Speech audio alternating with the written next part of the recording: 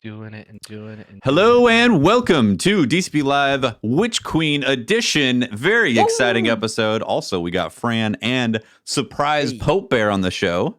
Yeah. What's up? I didn't know Pope was going to be here too. It's like a bear attack. You never know when's going to happen. And when it does, it's like, oh boy, we got a bear in the house. I guess we're leaving.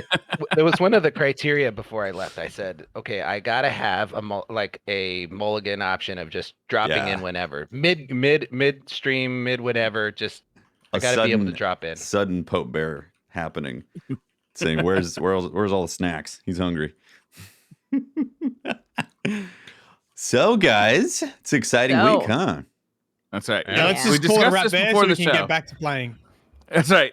We discussed this before the show. We're going to do, I think, did we agree on 20 or 30 minutes of no spoiler talk at the top of the episode? But we got to get past, we got to shoot the breeze a little bit. And then we'll say, all right, 20 minutes, Yeah. Okay. You don't want to waste your 20 minutes. No, man. We got this. No.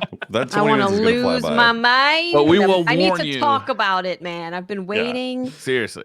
Yeah, so we will warn the listeners when we are going to start talking about spoilers, and then from that point in the episode on, no holds barred. Like we're gonna talk about it.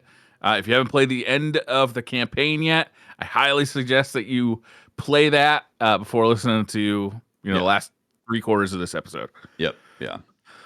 But before we get started with that, Pope, you good? How's things? Pope, you good? Things are great.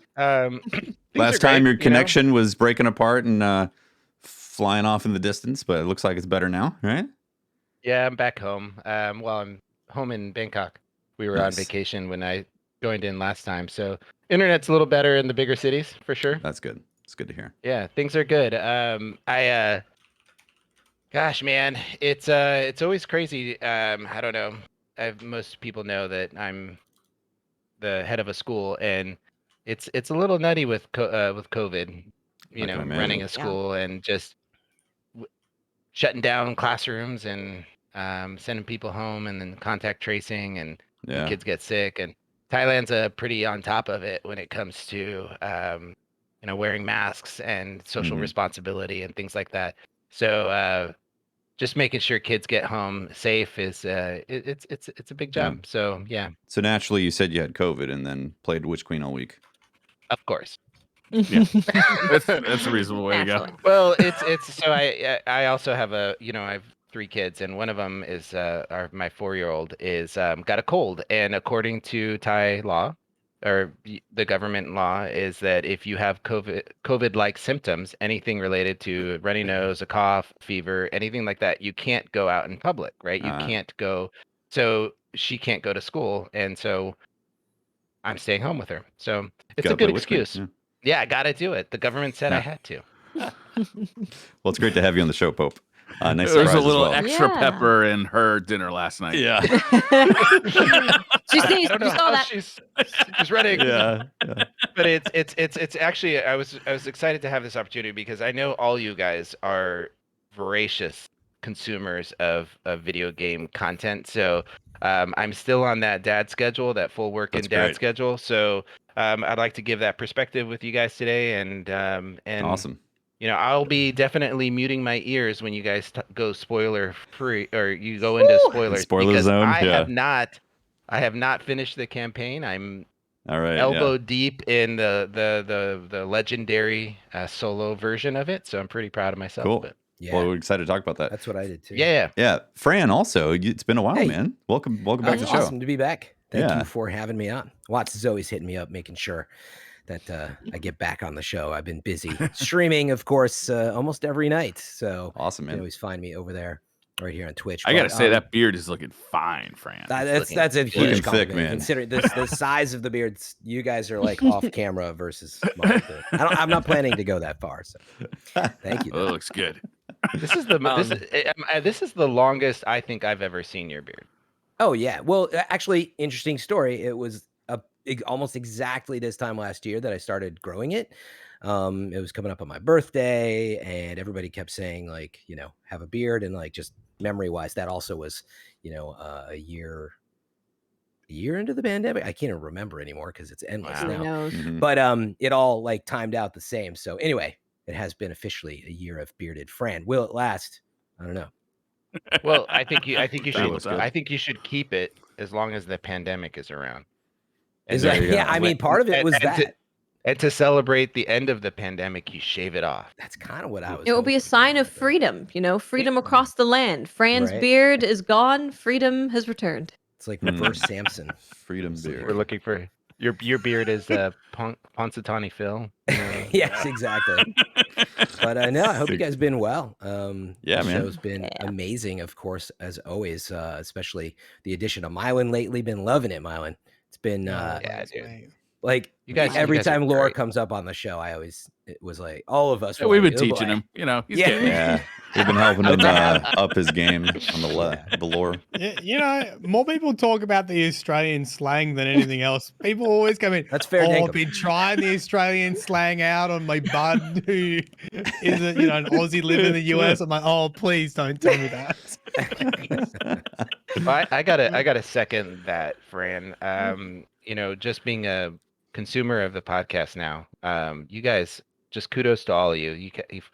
I was super excited to see you bringing in your guests that you've been bringing in and the Bungie devs and that conversation that you guys had coming up to Witch Queen. That was just some really great content. So I really appreciate, from a consumer standpoint, just being able to sit there and listen and not have to know everything about the game. I could just listen to the podcast while I was at work or something like that, and it kept me connected to the game when I couldn't play. So awesome. Thank you. That's great. Make me uncomfortable. Can we talk about Destiny now? Yeah, I'm gonna start the clock. All right. So I'm gonna put a timer on my phone. 20 minutes. Is that enough schmoozing? 20 minutes. Yeah, we schmoozed. Now we're gonna have 20 minutes of talking about like Sandbox and Void 3.0 and all that. After the 20-minute mark on where I'm about to start, then it's spoiler time with the story. So you've been warned. We will immediately blurt it out as soon as the clock gets to 20 minutes done. Starting now. 20 minutes. I need to be able to mute myself. Yeah, okay. It's not like somebody's just going to blurt out the ending at 19:59. That's what we're going to do. We're blurting out the ending. Again, yeah. Sure. All right. You promise, Fran? You promise? I will make sure, pal. All right. Void 3.0. We need to go into Void 3.0. How are you guys feeling about Void 3.0? It's insanely good. It's the Titan. I only play Titan, and the Titan Void abilities are freaking awesome. It is just so much fun to be a Titan and to punch things and watch them explode and create this cacophony of explosions that build on explosions. And you can actually run in and do what Titans do. You run in and punch stuff, and then things explode in front of you, and it just feels good to. And then the some of the abilities allow more tracking and farther lunge and more contact and harder punches the more you engage into it. So it's not just the punching piece, but there is a build that you can put together that just is very satisfying. You just get into the mix, be the tank, and just Yeah. There's a PvE build that I've been using on Hunter that is incredibly fun. So you have the Void Dive, so you and yourself can go invisible. All you and your team can go invisible, and it also weakens and vulnerable and all that crap, all the bad guys that you dive on. And then you can have another thing where when you defeat weakened or volatile targets, you go invisible. So you're just constantly chaining this invis. And then there's another fragment where if you throw a grenade, you can have that weaken enemies. So you can just throw a grenade, you go invisible. You dive, you go invisible. Things are weakened, they're exploding. And it's just a lot of fun. Basically keeping up invis the entire time while keeping up weakness pretty much the entire time. And the super feels great. It sounds great. All the new audio design to everything is really good. And I'm really enjoying Void Hunter. I was curious. Did you get a chance to use the Void the super in the Crucible, and does it activate quicker and all that? I did, yeah. So I was using the multiple shot one in Crucible, which I think now is better than the single shot. Because if you hit all three, so it shoots out 3 kind of arrows that track volleys. And if all 3 hit someone, it will one-shot. If it doesn't, it will still do a lot of damage, and it will tether them, and if you kill them, it will explode everybody. Cool. Oh, really? But it's much, much faster. It's not gonna suppress people, but that one is really fun. Because it tracks. So you just shoot it, and it just goes, meep. Nice. And then if you miss it, you can shoot another one. Have you guys started? Have you been playing like Watts PvP with like a Void Titan that has the overshield on their barrier? Watts playing I Titan? don't think I have. No, with a teammate. With a Titan.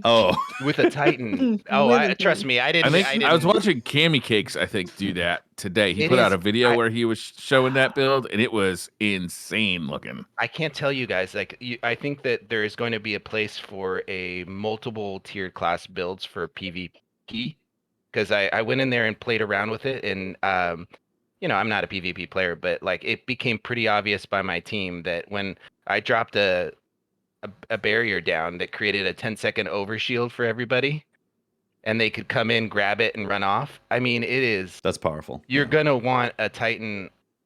It's not as powerful as certain aspects like rifts and things like that, but it's mobile. You drop it, you create a rally point. Your teammates don't even have to be that close. It's like within 5 feet. It just feels really like there's a big aura around your shield, and all your teammates got to do is run by it, and then they pick up this overshield and then go run off into combat. That's great. It's crazy. Mylan, have you really you've been doing Titan as well? Have you done any bubble stuff? I only used bubble, and I'll talk about it later what I used it for. But I've been running the other Captain America, and look, my biggest issue is I don't shoot my guns anymore. You just like a true Titan. When I'm trying to do deep sight stuff, I actually got to not use my abilities because everything just blows up. You throw a grenade, they get volatile, they cause a chain reaction. I throw my shield, I get my grenade back, I go punch some stuff. My grenade's there, and I'm running it with Heart of Inmost Light, which regens all your abilities and empowers them. Nice. It is so good. It is so good. Heart of Inmost Light is ridiculously good. Yep. I'm moving over to my Titan right now. And like I keep thinking, how hard are they going to make the raid? Because everyone is like an ad clearing machine. When you get 6 people like throwing void, everything's just like blowing up. It is nuts. It's I always say that I when I was doing Warlock during our Warlock period, I was playing Bottom Tree Dawnblade because of all the explosions, and now Void has just as many explosions. Tons. You can make everything explode. It's amazing, and you're going invisible while things are exploding. Yeah, there is a crazy synergy with the classes. I feel like that's what's going to happen. I think that this raid has got to be about the classes coming together, the Void classes coming together and working, because if you take a look at the Hunter one, which I haven't been able to play Hunter and Warlock, but it feels like they're really creating space for you two to play off of each other. That Invis stuff, Watts, it really seemed super selfish, like as most Hunter abilities are. It seemed super selfish up until the point where it's like I was playing I learned about it during running a strike. A teammate kept going invis. Like he kept making me invis, and I was like, this is, as a Titan, it feels good to go invis. I'm just gonna be honest with you. Like you never get make people invis all the time because you have the smoke that you can drop, you have the dive that you can do, you can dodge and get it right back, and it plays into each other really well. That's awesome. And you and as an ability, you can really get in close without taking any damage, and then create that rally point. The Hunter, the Warlock come in, build off of what you're doing, and then it just it feels so good. Fran, what have you been running? Yeah, I was just gonna say on the whole rework, obviously, I think in a way it was long overdue. We saw Stasis come back in a way that Destiny 1 we loved. There was all these options, and it was gone for so long. And I think actually, let's not forget, Stasis started. That was the first place we started to see. Oh, this shuriken adds weaken, and this freezes them, and you can work that together. And it taught us what was coming with Void. So I wasn't really surprised at all, obviously. But then to get it and realize how deprived I was, I was like, wait a second. I use Void all the time. That's my build because like I like to go invis, and I'm like, whoop, oops, got to play it safe, you know, go res this person or get out of dodge. And to have all those options, I immediately, you know, having access to all the fragments too is just awesome. So yeah, I basically immediately put together Invis build. I was playing Legend mode. I did finish it and I realized I was like, yeah, I'm going to need to go Invis. And I tried some of these other options and definitely the Splody nade, number one, increased duration of the nade being up was really big. But then as a testament again to what it is and what Legend mode is, which is a different, longer discussion probably. But I started thinking about, oh, I need to create a build around this with my gear. And I was like, I haven't used Graviton Forfeit in forever. And immediately I was like, yeah, maybe I'll do something with that because it's getting kind of tough and I like being invisible. So I put together an extended Invis build and I'm constantly trying to get into Invis. And then what you also get with Invis with Graviton is increased reload speed. So I'm constantly like reloading heavies and everything.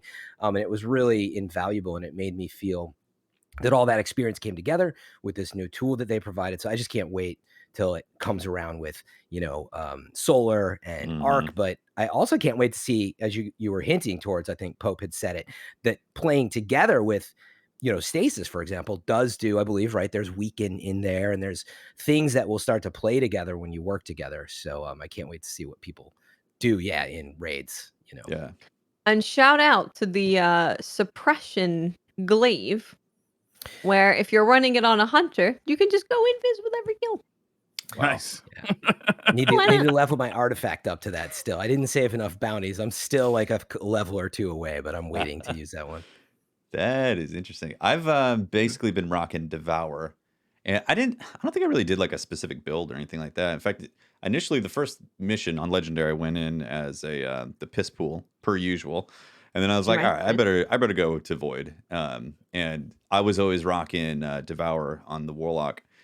It took probably a good mission for me to get used to the fact that I wasn't eating the nade anymore because it's so ingrained in me to Don't eat that anymore. It's not good for you. Consume the nade, proc your Devour, and then go through your cycle of getting kills and all that. And it's so nice to not waste your grenade to proc these abilities. You know what I mean? Because like technically you're consuming your grenade to use the or proc Devour beforehand, but now it's like, oh no, you need to use your abilities to start proccing more abilities and then get that cycle going. Which it seems like the theme with all the classes is like the cycle of continuously using abilities back and forth and juggling them and getting feels kills. like an MMO, right? It's like you kind of like toggling between your abilities, like a sequence. Yeah, it's awesome. Like I think they've done an incredible job with this and seeing all these builds and the potential with like how Void is interacting with the sandbox and creating these explosions, which are insanely fun, and having them interact with Void weapons and all that. Like, good job, Bungie. I'm excited to actually go in and make more or look at the mechanics of these builds and start peeling them back. You know, there really is, Hefty, no better feeling than watching a Lucent Hive pop their super and suppressing them with a grenade. It's just That's pretty good. The Void suppression build. The AI. that is great. Void I'll tell you, I've suppression had a builds couple of those are guys so catch fun. me off guard out on patrol, and just like I'll be like sitting there like opening a loot crate, being like, "Oh, sweet, I wonder what I got," and I'll turn around, there's like a flying shield coming at me. I'm like, "Oh yeah." Dude, they hit hard. They do hit very hard. The Blade Barrage ones are definitely the most dangerous if you don't know where they're at, because you will die to the Blade Barrage right away. And when there's two of them that spawn, you know, in the Legendary mission, I was like, that one took me a little bit because, you know, I'm doing solo, doing Legendary, and I'm like, I need good place for a scout rifle right there. Right. Yeah, long range is definitely good. I had to be very specific about how I was going to approach that because they will kick your ass easily. If you the Blade Barrage like the grenades guy got me. That's the guy that killed me. Because so Blade Barrage, it's like, you know, you pop the super, blades come out, that's it. But he pops his super, and there's like 15 seconds where he can throw as many knives as he wants during that 15-second period. Around, throwing knives. He's teleporting, throwing knives for 15 seconds. So I was just like, he's got the cheats. He's got the hacks. Yeah, that's a sneak peek of the update to Blade Barrage coming. I was wondering, what if they change Blade Barrage to be a little bit more closer towards what these Hive are doing? How many times did you guys forget to crush the ghost? I was gonna say that. I forgot multiple times. I think I forgot once. I didn't never actually. forget I never forgot Number to of crush the ghost. I was too terrified of Are you that thing coming back. kidding me? You know, Well, you're like, yeah, suck it. You know, it's like, whoomp. I did that. It's like a I real forgot guardian. during the season event because I was like, I think it's because I was with other people, so I'm just like, sweet, he's dead, and I just walked away. Yeah. Whereas in the legendary campaign, it's like I'm stressed, I'm paying real close high alert. attention, Yeah. focused being on careful. Yeah. Yeah, I for learned sure. to be careful after a couple mistakes. I was like, wow. doing the solo legendary for me, my friend is the boob cannon. Okay. Yeah. I was So tempted to. Good idea. literally taking them out of their super and weakening them for void attack, and then dropping you drop a grenade on their feet, and then the grenade further weakens them, right? Yeah. And so then you just, That's smart. I was just using that new like rocket launcher thing, that the new exotic that I you was get using with the new season pass, machine gun. just because I used wanted it to try it out. I used it the whole way, and I Your machine is actually pretty really It's really liked good. it. I really liked it. I like how you can hold the reload button down, and then the next time you fire it, you fire like the whole magazine all at once. Oh yeah. Yeah. It's Yeah, I pretty was gonna badass. say, It takes big damage. Yeah, the boop cannon was one of the first things that came to my mind, but then I had Gallahorn on, and it's just so ridiculously powerful. I had trouble Gallahorn's taking great. it It off. is very powerful. It was hard to like walk away from that because you'd have big giant groups of enemies with the new Lucent Hive, and I would just fire like a rocket and everything would die, and I was like, okay, I'm just gonna leave this on. Yeah, I ended up Too basically powerful, honestly. defaulting to Gallahorn as well as my main heavy, especially like you needed quick burst of DPS for bosses, and you needed to be able to take cover because stuff was hitting you hard. So like get the tracking, shoot it, and then you could dip back into cover, and you can fire really two well. I think two rockets back to back before you reload. Yeah. So that with my increased reload, it was just I never got the catalyst, so I was single shelling it the whole time. Oh, that's from the catalyst. Need to do that. Yeah. Did I you was guys running play Leads with Regret for most of the time. Linear fusions were slapping hard. And then I did actually switch to Gallahorn for some hard areas because exactly what you said, Tefty, where you can the tracking is so quick on Gallahorn. It's like as soon as you aim, it's there, and then you can fire it off and then dip back into cover. Fire aim it basically. It was I kind of used the machine gun in a similar way, but I would like use it as I'm kind of running around, especially on a certain boss fight where I was running around in a lot of circles. You made There's a couple of those, to be fair. Yeah, well, the long one too. Did you guys try malfeasance at all for the campaign? No. God, man. So a lot of these, I had this theory that we're delving into the darkness, right? So I started playing with all the guns that have that sort of like philosophy behind them, and malfeasance just plays so well into the builds because they, you stack up the shots on a weakened character, and they explode, and so it's incredibly powerful. And if you want to mess around with a fun splody build for I'm usually not the guy that promotes hand cannons, but because I don't usually like them, I like running auto rifles and pulse rifles and stuff like that. But the malfeasance took me by surprise. I'd recommend giving it a shot. Yeah, I will say on that note, it does feel like we're in we always were in, call it the Dragonfly meta, Firefly meta, but I feel like it's really strong now. And then on top of that, we have Tombstone.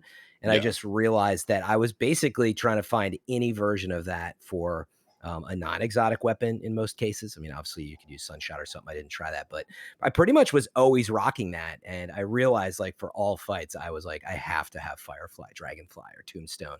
And it did me so well throughout the campaign. If you haven't tried Tombstone, by the way, since the relaunch, it was always pretty solid, but it's really good right now. It's a huge area of effect explosion on those crystals. Plus, as a hunter, and actually any class, can you dive down with all the classes? You have the Rift dive. You have Titan, you can. The Warlock dive. Can't you dive whenever you want as a Warlock? Maybe not, but with the Hunter, the point is you don't have to be in a stasis build. You can create a headstone stasis crystal and dive on it and use it the same way that you would. Oh, does it shatter it? Yeah, you can shatter it with your Because dive. what's his in name said it Void. wasn't going to do that. We asked Yeah. Really? said that was he said that's a shatter is a verb that you need to have to shatter Well, crystals. to be fair, it may not actually shatter the way that I'd have to compare the two, but it does right. explode the crystal Because it does damage to it. and I'm pretty sure it does damage to him. So maybe it just explodes the crystal and doesn't do damage, but that doesn't sound right to me. I feel like every time I was this is exploding the something to look crystal, it into. was damaging enemies nearby it. Yeah, Because I've rocked a It would Eyes have Luna. to.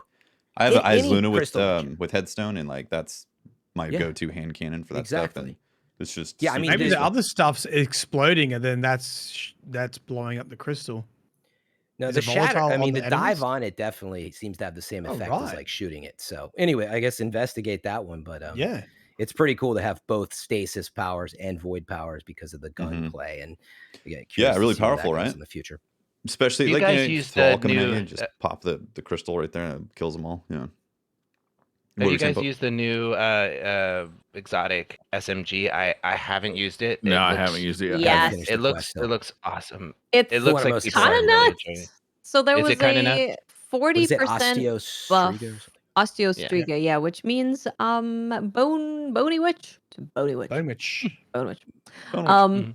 But there was a 40% buff to PvE primary exotics. So it's a Oh, that primary explains it. exotic. Oh, it is. Explains it. Explodes everything. So Wow. it is crazy for ad clear. Couple that with like your grenades and your void stuff and your weaken, and things are just exploding and being poisoned and Wow. weakened.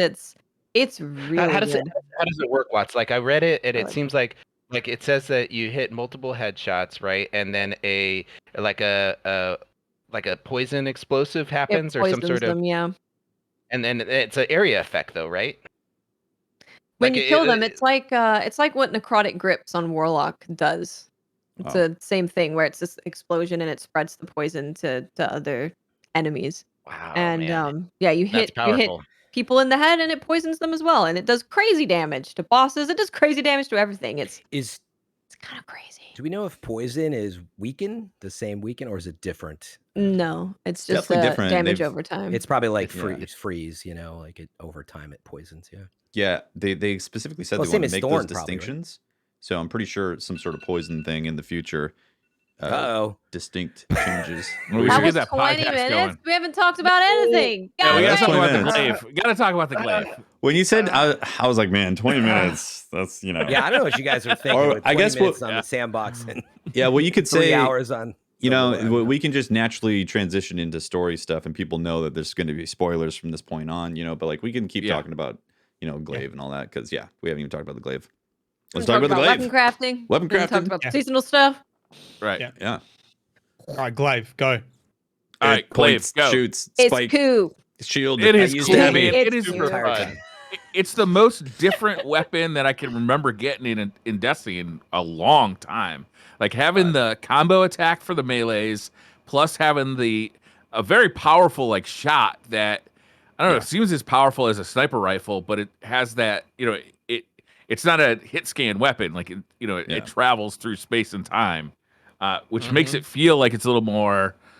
Like you really got to like lead your enemies when you're trying to hit somebody who's running. Like it's super fun. Yeah, it has a decent amount of aim assist, but you still have to track, and it feels rewarding. I feel like they nailed that balance.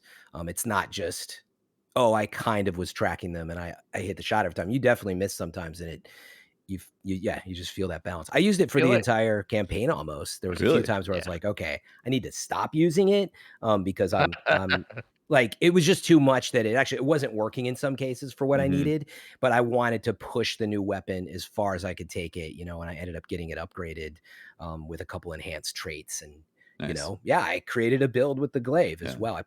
For now I put Unrelenting on it, by the way, just because I was like, anything to get health back. Yeah. Because of the legend mode, I was like, anything to get health back right now, I'll just stick with that. Yeah. But I really do like the glaive, and it takes a while to get used to it. First, it feels kind of awkward, and I think that was probably a good thing. Well, it changes up the gameplay so much because you got the stab option, and then you got the shield option, you get the shoot option. Like it's a bit to kind of juggle.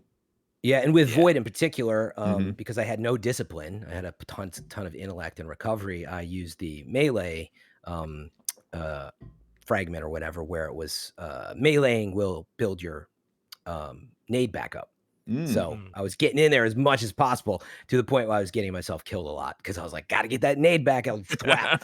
Oh God, why'd I do that? You know, that was part of the reason I had to take the glaive off. Sometimes I'm like, I'm just getting myself killed trying to get my nade like back. stabbing so much. I like the shield on it as well. Like there was a couple times where, especially facing like the Lucent Hive wizards or something, I'd got the shield fully stacked, and then it gave me some free time to just stand there with the shield and shoot them and not worry about having to take cover. I could just stand there and get some good DPS in. So I like that. Yeah, it's fun. I like it a lot. I also like how it was introduced with the weapon crafting, which we'll talk about that also, but just like the whole introduction to it and then changing up the way a Destiny weapon can interact. Like I really like that. I don't like that it takes up the melee button, so I can't choose which melee.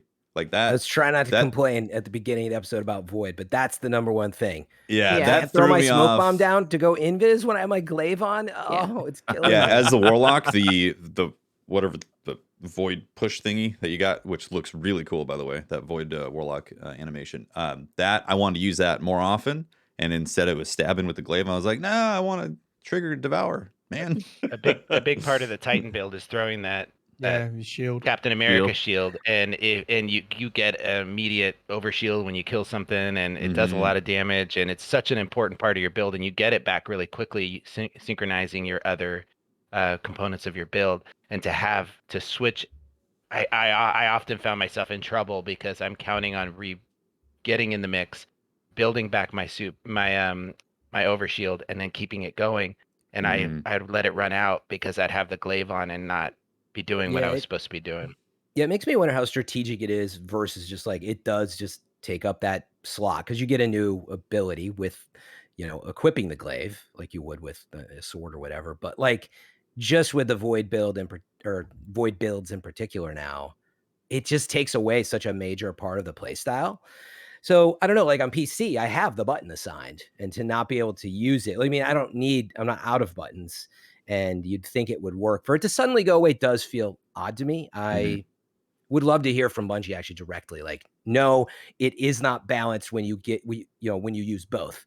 When you use the glaive, everything put together makes you just as powerful. I actually don't believe that as the latter. I think kind of just for now, the control played out as like, look, you're just not going to have access to that. But I think I actually think it's a mistake because it's so important to start playing into that build. I mean, I have like Graviton forfeit equipped, etc. So I would love to see them address it or just tell us head on, like, trust us, we've tested it and it was too powerful or something. But I doubt that. I think it's just something that's coming in the future for them to decouple it. Because it seems. I mean, it could be like the animation though, because the powered melees are so, like Titan Hammer and Captain America's shield. I don't know, maybe it's an issue with getting the glaive off screen and. It could be technical stuff that they just can't get it working right yet. That's a good point. Yeah, and speaking of which, throw the grenade, I think it stays on screen, right? When you throw your nade. I think Glaive stays there. You sort of just peg with your left hand. I can't remember what happens with like the guns, but I mean, it's the same with the sword though. Like when you're holding a sword, you can't use your melee because R1 is the light attack and R2 is heavy attack. So but that's a power weapon. True. I mean, I think that's what's tripping me up. It changes mentally for me because you go third person and third person sword. I'm like, all right, I know what I got to do. Like when I'm using the hive sword, I get it. Yeah, but as soon as I'm in first person and then using a stab in first person, it throws me off. Yeah, but even then though, right? It's like they've given us the dive, they've given you the more invis. So I don't know. I would love to see them just talk to us about it in a future TWAB. I think it is really important. Speaking of which, I was going to say there seems to be a bug. Somebody told me it was a bug. I'm using the glaive and I try to go, dodge invis, and it just like it's got a huge delay that it doesn't work sometimes. Have you guys experienced this or heard this? No, I've been on Titan. It definitely happens because I will try to dodge all the time. And when I'm using the glaive, even when I'm not, I mean, you might be mid animation and that's what's causing it. But boy, does that one messed me up a lot of times too. I got killed a lot because of that. Looks like it's a known issue in the TWAB. That's what I heard. Okay. It's in today's TWAB. Okay. Hunters cannot cancel out of a glaive melee combo by using their class ability. So that's also a problem. There you go. There you go. Then that's it got me killed a lot. Yeah. Let's talk about weapon crafting. What do you guys think about this experience? I'm I feel addicted. so Oh my much God. more connected to my gun. Yeah. Like seeing the date that I got it, like it says the date that you Yes. crafted it. It's got the level. Uh-huh. With the Yes. SMG, when you get to level 10, you can get the catalyst. So you're looking forward to leveling up to level 10. You can get the like mementos to put on it, which I don't have any yet, but I'm excited to get them. I really like it. I really like it. There's a reason for me to keep using my favorite stuff. Yeah. Go ahead, Milo. I would say just forcing you to use different guns. At first, I was like, oh, I don't want to do this, but it's nice using something different and then going, yeah, you know what? I don't like this, or I do like this, as you getting the deep resonance, right? So it just forces you to play a little bit different. So you level up those weapons so you can extract Like the that elements sidearm. from them. I was so happy to get rid of that sidearm. Let me ask you guys. Let me ask you guys so you can help me. You've played a lot more than I have. So I've got the guns. For newer players or players that are just experiencing the game like me, you get a gun with a red ring around it, right? Yeah. Yeah. Right. And so I'm really enjoying that now like becomes like a mini bounty, right? A mini weapon bounty. Yeah. I gotta rank that sucker up. And then what am I doing with that gun? How does that ranking that gun benefit me? So once you've progressed it, you can like basically extract ruinous element. No, basically Yeah, there's a materials. couple of them. Basically materials to right. upgrade Okay. and craft. But And the the short of it is materials are aligned with different perk pools. So like Rampage will have a certain kind of material. So then when you go to craft, if you want the Rampage perk, you need that material. So there's still some RNG involved in it, right, Mylan? Like you're not, because when you're going, because it looks like when I go to upgrade a weapon, I'm getting 2 options there, but there's more than 2 options available in these perk pools, like you're saying. So there isn't like a complete naming of it. You're going into a ruinous like whatever or this type of, but is there multiple perks within each one of those? Yeah, I think there's only 3 elements. Is there right? 3 crafting. Yeah, but those are pools? just elements you collect, right? But Yeah. the pattern you basically the bounty you unlock by just doing that first step is the pattern, right? And then you can bring it to the table to shape it and in the future reshape it. So you unlock the weapon at the crafting table, as I understand it, right? And some of them you have to extract like 5 of them in order to fully unlock the pattern. Interesting. Oh, really? Cool. Yeah, I've only run into the ones where it's like just kill a bunch of enemies to 100% and then you've unlocked it. That's probably the most RNG is actually unlocking the patterns. Yeah. Yeah. Really. Because you don't always get that easy type to of get the drop, elements right. I really like this because like when I look at things like triumphs, I'm like, I could do the triumphs or you could skip them. Like I'm not one into that type of style, but this feels like something I actually want to check off the list, have all the options of the weapons, like you get the weapon, you unlock the pattern, and then you can start crafting that stuff. So I don't know, whatever it is a psychological effect for me where I appreciate and want to interact with this type of collection system. Yeah, I think the number one thing they did the best on that whole system is the level of the gun. Again, it kind of harkens back to some ideas we had in Destiny 1. But like the Glaive is a good example. I've been trying to level it up, to max so you can get the highest level of enhanced trade on it. And it gets you using it. It gets you deciding, are you going to invest in this? And the reward is certainly there because it takes a while to get all those kills with that gun. You can't keep switching stuff. Well, it's like Watt said, it's your gun now. You've put in the resources and the experience. This is your weapon. Right? Yeah, and after you craft it, you go out into the world, you're looking for a pattern for this new pulse rifle that you really like. You get the pattern, you can then make the like basic version of it. You keep using the pulse rifle and then you can add better perks to it. It's really good. I love that. Great. My brain likes it. Let me tell you something that's changed for me. The new crafting system and being able to personalize your guns, that's one, like it is got me thinking as a casual player, it's got me thinking about builds for the first time. All right. And looking at how my guns and armor and abilities all mix in together. I never really, you guys, I don't really ever get a chance to do any of the Grandmaster and Nightfalls. I don't get a chance to do raids. I don't get to do a lot of endgame where it will require me to do that. But personalizing the guns for me, you're talking to FD about a psychological effect. It's literally happening to me too. Yeah. Like I want to delve into other aspects of the game and personalize my build. I want to take a moment. Can I do a shout out to a community website that's helped me out as a casual player? All right, so I'm sure you guys are familiar with it, but I stumbled upon it because of this. So it's a D2 armor picker. I don't know, you guys. I'm sure. Yep. So D2 armor picker, it's works really well with Dim, and I'll explain why it's important to me. So if you're new to the game or are just getting into builds for the first time, like me, you can D2 armor picker allows you to go in there and really take a look at. I don't know a lot about my armor. I don't know a lot about how to pull it together. I know what I want out of it, but I don't know how to get it. And so it really helps you it tells you out of all of your inventory how to build that build that you want and how to get the perks that you want. And then once you've built it, there's a little button underneath there that says, what's next now? And you click on it, it says step 1, do this. Step 2, put these mods on. Step 3, and it literally walks you through as a noobish player to end game content that has never really spent any time building builds. It is easy mode for me, and it's allowed me to build for the first time, guys, a build that has 300 max. I didn't even know I could. I didn't even know I your could. Stats. For my stats, but this is why it's important, because for the first time the stats for me matter. Right. Like I'm now looking at how a gun fits into and the perks on the gun fit into the armor and the perks on the armor, and then the build becomes important to me for the first time ever. And I don't know if that's as significant for you guys as it is for me, but for it is. Actual player, this is huge. Yeah, it is, because Void 3.0 I think really has pushed Destiny to a place where I'm getting Borderlands feels now of like, you can do some crazy stuff and get some like crazy explosions and ricochet, like, cascading stuff because of putting your builds together in a way that's going to stack on that.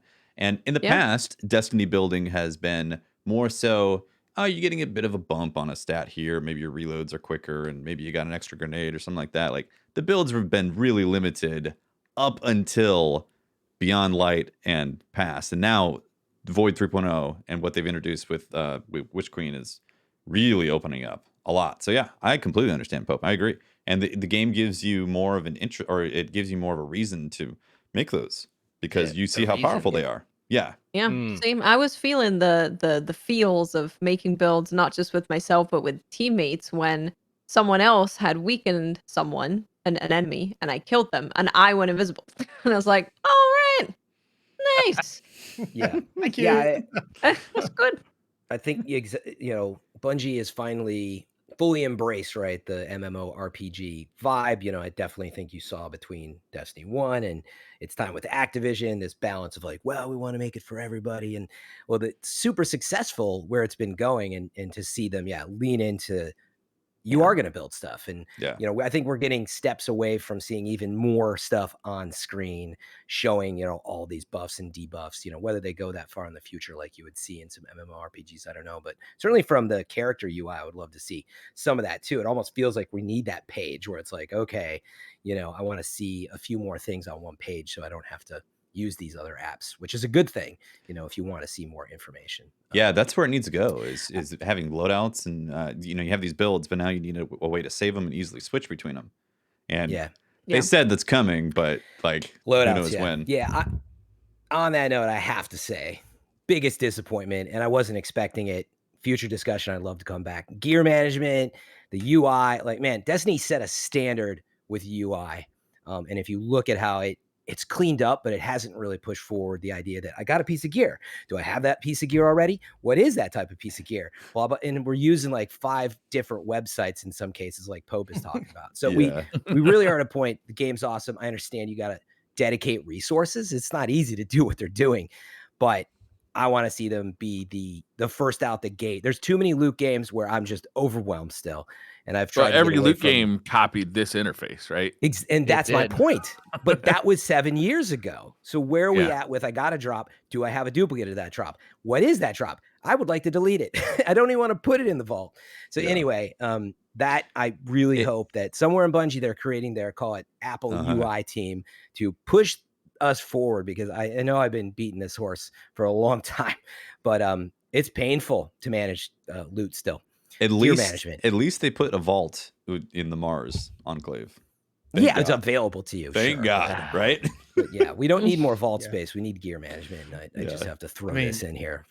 I don't know if you've guys. That's a good point. Out, it's actually gotten worse now with the bigger vault, right? It's like it's harder to manage. Yes. And that's where the weapon craft stuff comes in. I think they want you to start reducing your loot pile. But again, managing it, every time I get a drop, I just instant anxiety. And I'm not even joking. I'm like, oh God, what do I have of that? Yeah. Like, I can't even organize, right? For example, I want to see, how many of these arm items do I have? You can't even organize by that unless you use another app. Dude, you want to talk about anxiety? I don't want to get. You want to talk about anxiety? I loaded up Witch Queen with 495 out of 500 in my vault. Even I didn't do that, and I'm the worst. I was like, well, here we go. This is going to be interesting. That's rough. That's super rough. Yeah. Mylan, you're going to talk about something. Oh yeah, I know what you mean by using third parties, because I use D2 Armor Picker, and I went through each exotic, because it's all about the stats, right? You don't even really know if you're going to use a build unless you know where it sits in your other build. So you need something like D2 Armor Picker to do the math and going, like this 64 stat will go with this exotic and the rest of your things mathematically to give you the best stats. And then I don't know if you've used the new the dim loadout where you can save your mods now, but then I went and put it in dim, and I saved. I've got my Heart of Inmost Light build with my mods on it, and I've got my Zane 14 build with my mods on it, and then I just wiped everything from my vault that was not included in a build, and that's how I clean my vault. But two websites and that's really good advice.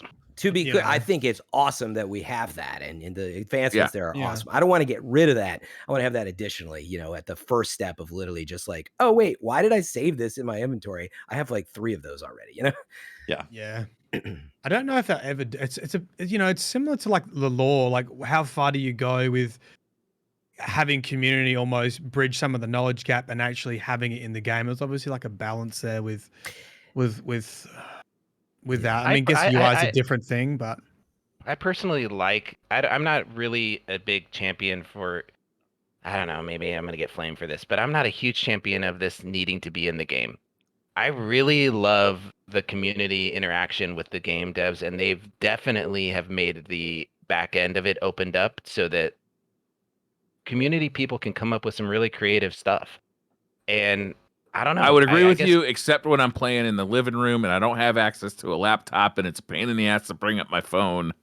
When I'm playing in the living room and I'm just on a controller, the last thing I want to do is have a secondary screen sitting next to me so I can manage my inventory. All right, fair enough. Yeah, again, there's tiers of things you need to solve. Yeah, I'm talking about you just got a new weapon. You actually already put one away that was pretty good. You got another one of those you put away that was pretty good. And now you got a third, and multiply that times 10 different weapons. And when you get the drop, that's all. Solve the first tier of 495 out of 500. Story of my life. Fran, you don't have the information deleted, do you? You don't have what other roles are on there? So I got to go check weaponsmith. Okay, I'm talking the basics. It doesn't matter the heavy detail of ratings. Fran, you just got to get good, man. You just got to get good. That's what everybody says. Is get a healthy good. dose. Start adding up the amount of time you spend. It sounds like every problem. But I didn't mean to sidetrack us on this. I would love to come back and literally talk. Can we talk about the story? Can we before we talk about story, let's talk about the throne world and the design of this environment design. Yeah, the environment design I think is unbelievable. I mean, I know every time we talk about this, we're like, damn, Bungie artists are really talented. It's would you calm down? This is so crazy good looking. My God. It's beautiful. It's so much. Good at this. The gothic much. The gothic dream of Savathun's castle, and then the actual swamp and all that combined. It's so good. You know where you are by the surroundings. Yeah. I like how it transitions into it too. It's you come up to the wall and you go in through a gate, and it looks so great. Basically. Yeah. It's amazing. Absolutely amazing. It really is. It looks the engine continues to get updated, you can tell, because the game just keeps looking better and better. Mm-hmm. Yeah. And it feels like nothing's repeated either. It's not like previous campaigns where you're like, oh, I've been here before and like this is a strike mission or whatever. It's like I was like, I don't recognize anything the whole time. It felt new the whole time playing through, and I was like, this is amazing. Yeah, and it does feel massive. The campaign is on another level, man. It is the best version of Destiny I've ever played for the campaign. I feel like for the first time, and I don't know if you guys feel this way. Like I used to play Halo for the campaign, and I loved it. I played it as hard. I went and found the skulls. I want to make it, challenge myself. And then I played PvP also. But the first thing I was excited to play was the campaign when the new expansion came out. I feel that way about Destiny right now. Yep, and that's awesome. That's one of the few campaigns I want to common replay for Destiny players. Same. Yeah, that's like new. Yeah, Melon, I agree. A replay. Is there ability to replay this campaign currently, or is that there? Okay, because I haven't looked at that. Like, but you can unlock a master version or they call it heroic, master heroic. You can get one more above legendary. Really? How do you get that? Yes, I didn't realize this either until today. You got to unlock Finch. You got to rank Finch up, and he unlocks. I'm so doing that. That's I didn't know that either. Talk to me. Tell me more about That's all this. I know. That's all I know. I need to know more. That is great. Master at level 13. Level 13 Finch. Oh, why isn't this a video from you on the top of my YouTube trending thing? Because I already found out 2 hours ago. That's so cool. I'm going to echo those same sentiments. The overall, so just no spoilers on actual lore stuff just yet, but like the overall arcing of the story and like the interaction, how we've been used to Destiny stories in the past, like Beyond Light was pretty good, but comparison to this is on another level. This is like this is crazy. This is Bungie this storytelling. Is a single player campaign that I would be happy to get in a game. Exactly. Like if I bought a game and I got this single player campaign, maybe I'd want it to be longer. But I mean, this was good. This was like solid, and I'd be happy with it out of a single player game. It was amazing when you first finished a portion of the first mission, and there's chests, and you're like, all right, going back to orbit, and it's like, no, you gotta go through the door over there. And you reach another chest, and you're like, all right, no, you keep going. Yeah, I was so surprised to see multiple tiers of like rewards for these missions. Because again, we're used to like these 5, 10, maybe 15-minute long missions. It's like, okay, that's that. And then you're over with the story so quick. And now it's like, this is an experience. Like so some of these missions to the tension, right? Because you're like now you're like a half hour, 45 minutes into this one mission. Yeah, like it just adds and they just keep escalating and building, and then and then on top of that, like each mission escalates on top of each other till you get to the end, and it's just There was a few missions that definitely took me upwards of 45, almost an hour, because I wiped a few times. Let's be honest, the difficulty on Legendary, and I thought that was great. I was even surprised. I was like, yo, is this still the same mission? Like, oh my God. So and different. Legendary difficulty solo. I can't say for playing with a team, but it feels perfect. It's a challenge. You have to be careful, but it's not unfair. It all feels completely fair. Nothing's like cheap or cheesy. It's just like, this is great. This is the difficulty that I want. It's obtainable, but it's still a challenge. It's been it's rewarding. Like it feels like it's worth your time. Oh yeah. And it wasn't like 15, Grandmaster 27. vibes, Yeah. It wasn't like you didn't feel like you had to sit at the back of the map in some glitch spot using a scout rifle. You could just play the game, but it was still difficult. I also, from a standpoint of like having kids and being interrupted during my game time, it really feels good to have these rally points and flags available. That if you time out or you can't play any longer, and you go back to the campaign, you start at that rally flag. You can exit the game and then come back in and start midpoint in a mission. It just feels like Pope. That is nice.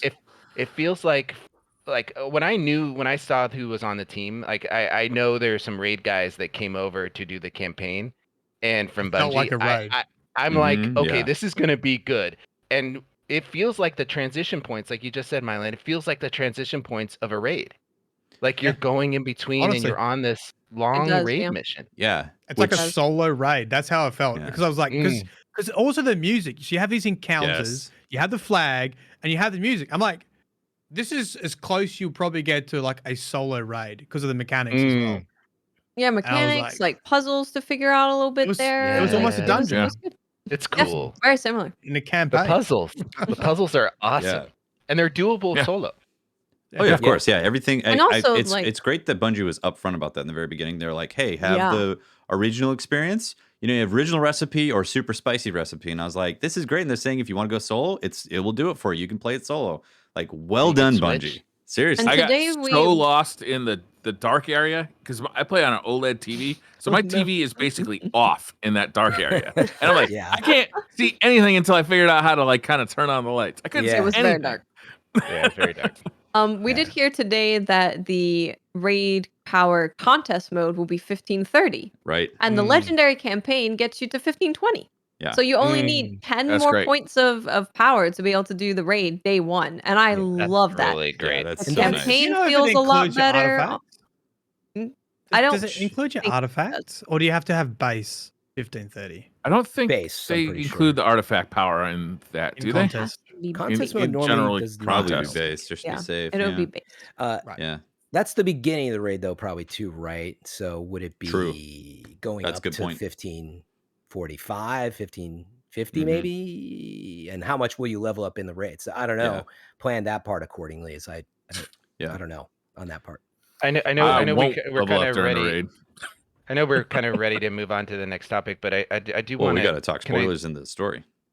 Can I finish the campaign? I want to just I want to talk about the feel of being able to go in there and get immersed in the story. And I Mhm. feel like this is the first time, like, huge shout out to two things that are critically important. It's like the suspension of disbelief, right? When you're watching a movie, if something cuts you out of that moment, it ruins it for you.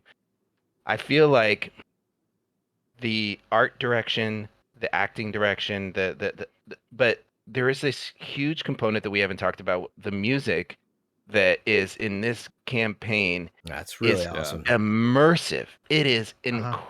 incredible. If you are not playing this game with the music dialed up to 100, it is incredible. It really pulls you in and helps tell a story. It Mhm. is telling the story as you're playing. They also it, pulled in a and ton of themes from God, Destiny man. 1 as well. Like a lot of the Yeah.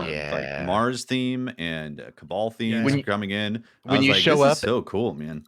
You're loading in. I was loading in. I was going into it, and I heard the drum beats of the Cabal march, and I'm like, Mhm. oh crap, we're gonna hit the Cabal. Yeah. And there's a moment where you enter into a base, and there's kind of flashbacks to D1 and different there's homages that if you're a longtime player, Yeah, you're themes, gonna right? see these moments of that you're gonna recognize and feel nostalgic about. And it's just such a great experience of being able to see the visual elements come together with the sound, and then the acting in the cutscenes, and just Oh my god, the Yeah. cutscenes. oh, They have they're so leveled up good. with the cutscenes. Like they are so Enormous. much Really more awesome. detailed. Like looking There's at like Ikora's it seems face, like you there's a could see good the half wrinkles hour, on her right? face. You could see Yes. like marks on her face and pores. Like it was. They really, really stepped it up. They really Yeah. did. There's so much of performances- it too. Yeah.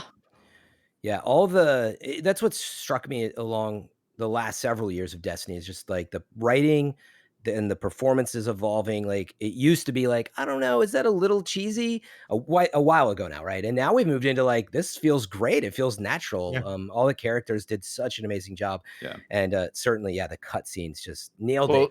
And I started to get greedy, by the way, if you ever played Final Fantasy VII Remake, they do incredible interactive, real-time swaps between cutscenes and bosses. I'm like, I hope that Destiny 2 goes in that direction. It's a lot of money, but because their cutscenes were so awesome at times, but Yeah. they tended to be between stuff. We can get more of that. It really would just be off the Yeah. charts as a Well, campaign. I feel like what they did with Witch Queen also is they just, with the cutscenes and the storytelling, they made the characters feel a lot more connected and rooted in your immediate space. Like Destiny in the past has been like, here's some pieces that are moving and some pawn pieces. Now go kill stuff. And now they were able to bring it close to you somehow and put you in the you middle were part of it. Yeah. Well, like how do you get buy-in to a patrol mission, right?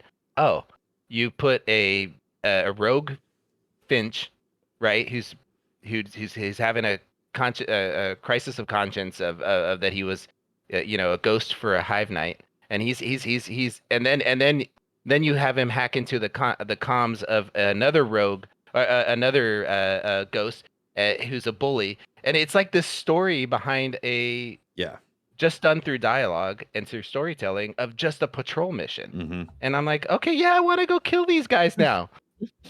It gives me purpose and reason for doing it. They've peeled back the layers of what we've known as Destiny and brought in, and this will be lore stuff as well, but like they've brought in all these conflicts of things that we didn't really consider, but now we're considering as Guardians.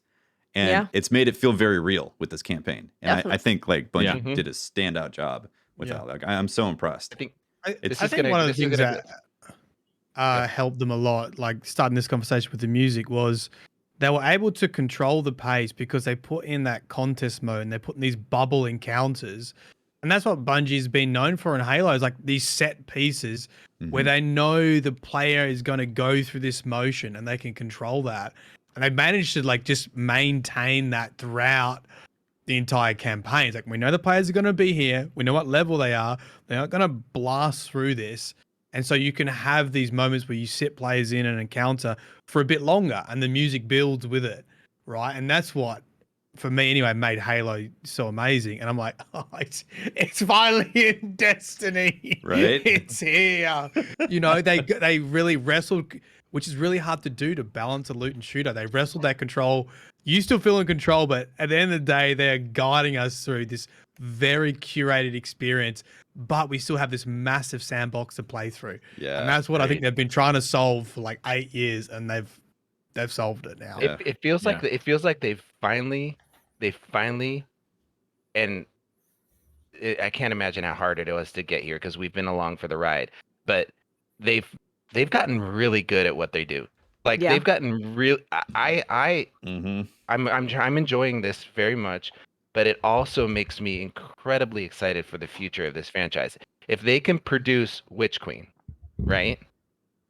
And I don't want to overstate this, but I feel like this is the pinnacle of this is the best that they've done. Yeah. And absolutely. I don't really care how long it takes them to do it either. Like, I'm happy to wait 1.5 years between releases like this. If this is the quality we're gonna get, I'm happy to wait. Like, whatever, give me, give me smaller seasons in between, but give me these meaty. This was so good, especially with that reveal at the end. Oh my goodness! Wait, we gotta talk about the story. No, it's time. It's time, but I gotta reach the mute button. I gotta turn myself off. We'll do a hand gesture, Pope. We'll do we'll do a thumbs up when we're done. Okay.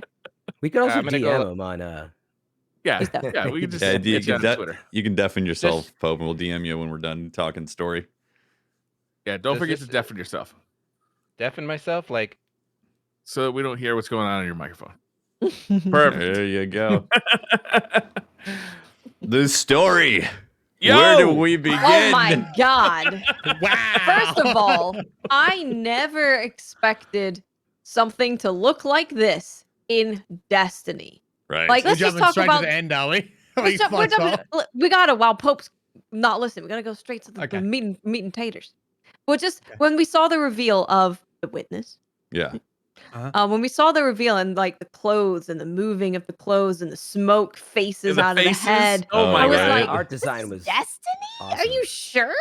Yeah. I was blown away. Holy moly. That was crazy looking. But the whole story with with Savathun and like the reveal that she actually did die, and that we were working all this time to restore her memories, which just it was her whole plot to take the Traveler into the throne world. But also the reveal, the reveal, like we were talking about this last week about like, are these ghosts actually making this choice? Yes. Was it manufactured by using some light, or were these ghosts actually being like, yeah, you know what? I think I'm into some hives. Is the Traveler a good guy? Is the Traveler on our side, or is it just out to protect itself? Dude, there's so many implications with what the Traveler... I have a challenge, because we have this amazing resource, Mylan. Could you have to do this in like 60 seconds. Can you recap the story in like 60 seconds? Good point. I don't know if we want Mylan to do a 60-second. You have to limit yourself. There's so much great stuff in this story. We were tricked to restore Savathun's memories, who was revived by the traveler of the traveler's own free will, or by hive ghosts. Oh man, it's 6 already. By hive ghosts. Isn't that a question already though, Mylan? Is like, was it the traveler who intentionally revived Savathun, or was that just the rogue ghosts making their own decision? Yeah, technically she was talking to the traveler, but it was Imaru. And apparently Finch knows who Imaru is, right? It's like, oh, he didn't go by that name before. And he's been torturing other ghosts. We haven't heard anything else about that. And I don't know who that would be in the lore. So it's probably going to come up at some point. I wanted to ask. Okay. 60 seconds. As like you failed to before we jump away from the ghost type of stuff and Savathun dying and all that, like the traveler was there at the end. I don't know where the conversation's going to go, but like the traveler was there at the end. We kill her, and then right before we like are going to do something to the ghost, it seemed like the traveler was the one that picked her up, or picked up the ghost to get out of there, right? Because the traveler disappeared. I didn't really pick up on that. Yeah. So the traveler was there. The traveler was there, and we're like, okay, well, maybe this is Savathun's doing, but we killed Savathun, and then the ghost is right there. We're about to do it, and then the traveler did a bright light, and we got blinded, and then the ghost was gone. So it's like the traveler said, "Nah, fam, this is my ticket away from the witness. I need Savathun or something." So this, you could say that the traveler was there. The worm, right? We get insight into Savathun. Yeah, you get big insight, We get a massive insight into how all of this even happened. So the worm that you talk to, he's saying that Savathun essentially helped save the traveler. So the traveler owes Savathun a favor. Yeah. So it wasn't, and that was like, oh, well, that really checks out as to why the traveler is helping Savathun. It's because Savathun I didn't catch that part. Can you explain that part to me? How did this is in the exotic quest, and you don't get it unless you do the exotic quest and listen to the mission for the worm thing. And I need to go back and watch it, but I'm pretty sure it just basically says, because the collapse happened, but then like the witness just went away, and the worm says it was Savathun that like essentially led the witness away, which allowed us to sort of reestablish. So. Okay. So this is going back. That was another reveal, was that the collapse was caused by the entity. The witness and the entity was there. Yeah. And Savathun was there, apparently, which is what you get in the grenade launcher quest. And the books of sorrow were a lie. Because originally we thought tricked them. Yeah, originally we thought that the traveler was going to cause the god wave, and it's the whole revealed syzygy. 1, 2, 3 syzygy. The 1, 2, 3. The syzygy was a scam because they thought that the light would empower the hive, and obviously they wanted to be on the side of the darkness, so they told this lie about the syzygy. So what's crazy is the worm knew the traveler was going to choose Savathun, or what was her name? Sathona. Yeah. Sathona. Okay. You ruined any time. I ruined it. Name. Good job. The darkness knew, or the witness knew that the traveler was going to select Sathona. The hive. Yeah, the hive. It's expected. It's expected. The proto hive. Yeah. Yeah, so they wanted to get to her first, tell the lie, make up the thing about the god wave going to kill him, and then she became. Wait. Slow down. I got a question. So, how connected is the witness and the worm gods? Well, we see a worm factory once again in the exotic quest, which was run by a disciple. I gotta do this exotic quest. Dude, the exotic quest is really, really, really good. It's really good. Okay. Post-campaign story and also engagement-wise, the exotic quest is good. And you also don't get the dialogue if you just do the strike mission. You got to do it in the quest itself, I believe, to get the actual dialogue from it. And there is a new character introduced, right, which is very nice. Yeah, I haven't played the exotic quest yet. I haven't finished it yet. I'm we just spoiled a whole bunch of shit. Yeah, that's all right. It's another thing that I really love about the campaign. The character, or do you want to play that, I want to play, but I mean, okay. If you need it for the show, it's not important. It's not important. Okay. Yeah, personally, I'm okay if you spoil it, but Whichever. Yeah, I mean, it was just a crazy reveal to be like, because this whole time we've been like, well, why is the Traveler having anything to do with Savathun? And then the Worm is like, well, Savathun hooked up the Traveler, helped him out, so owed him a favor. And you're like, wait, that makes sense. So that's what happens on the hill? Is that what like that is when you guys say that when we see the vision of South of the Hill in front of the Traveler, you're saying that was a sacrifice for the Traveler? Is that what you're saying?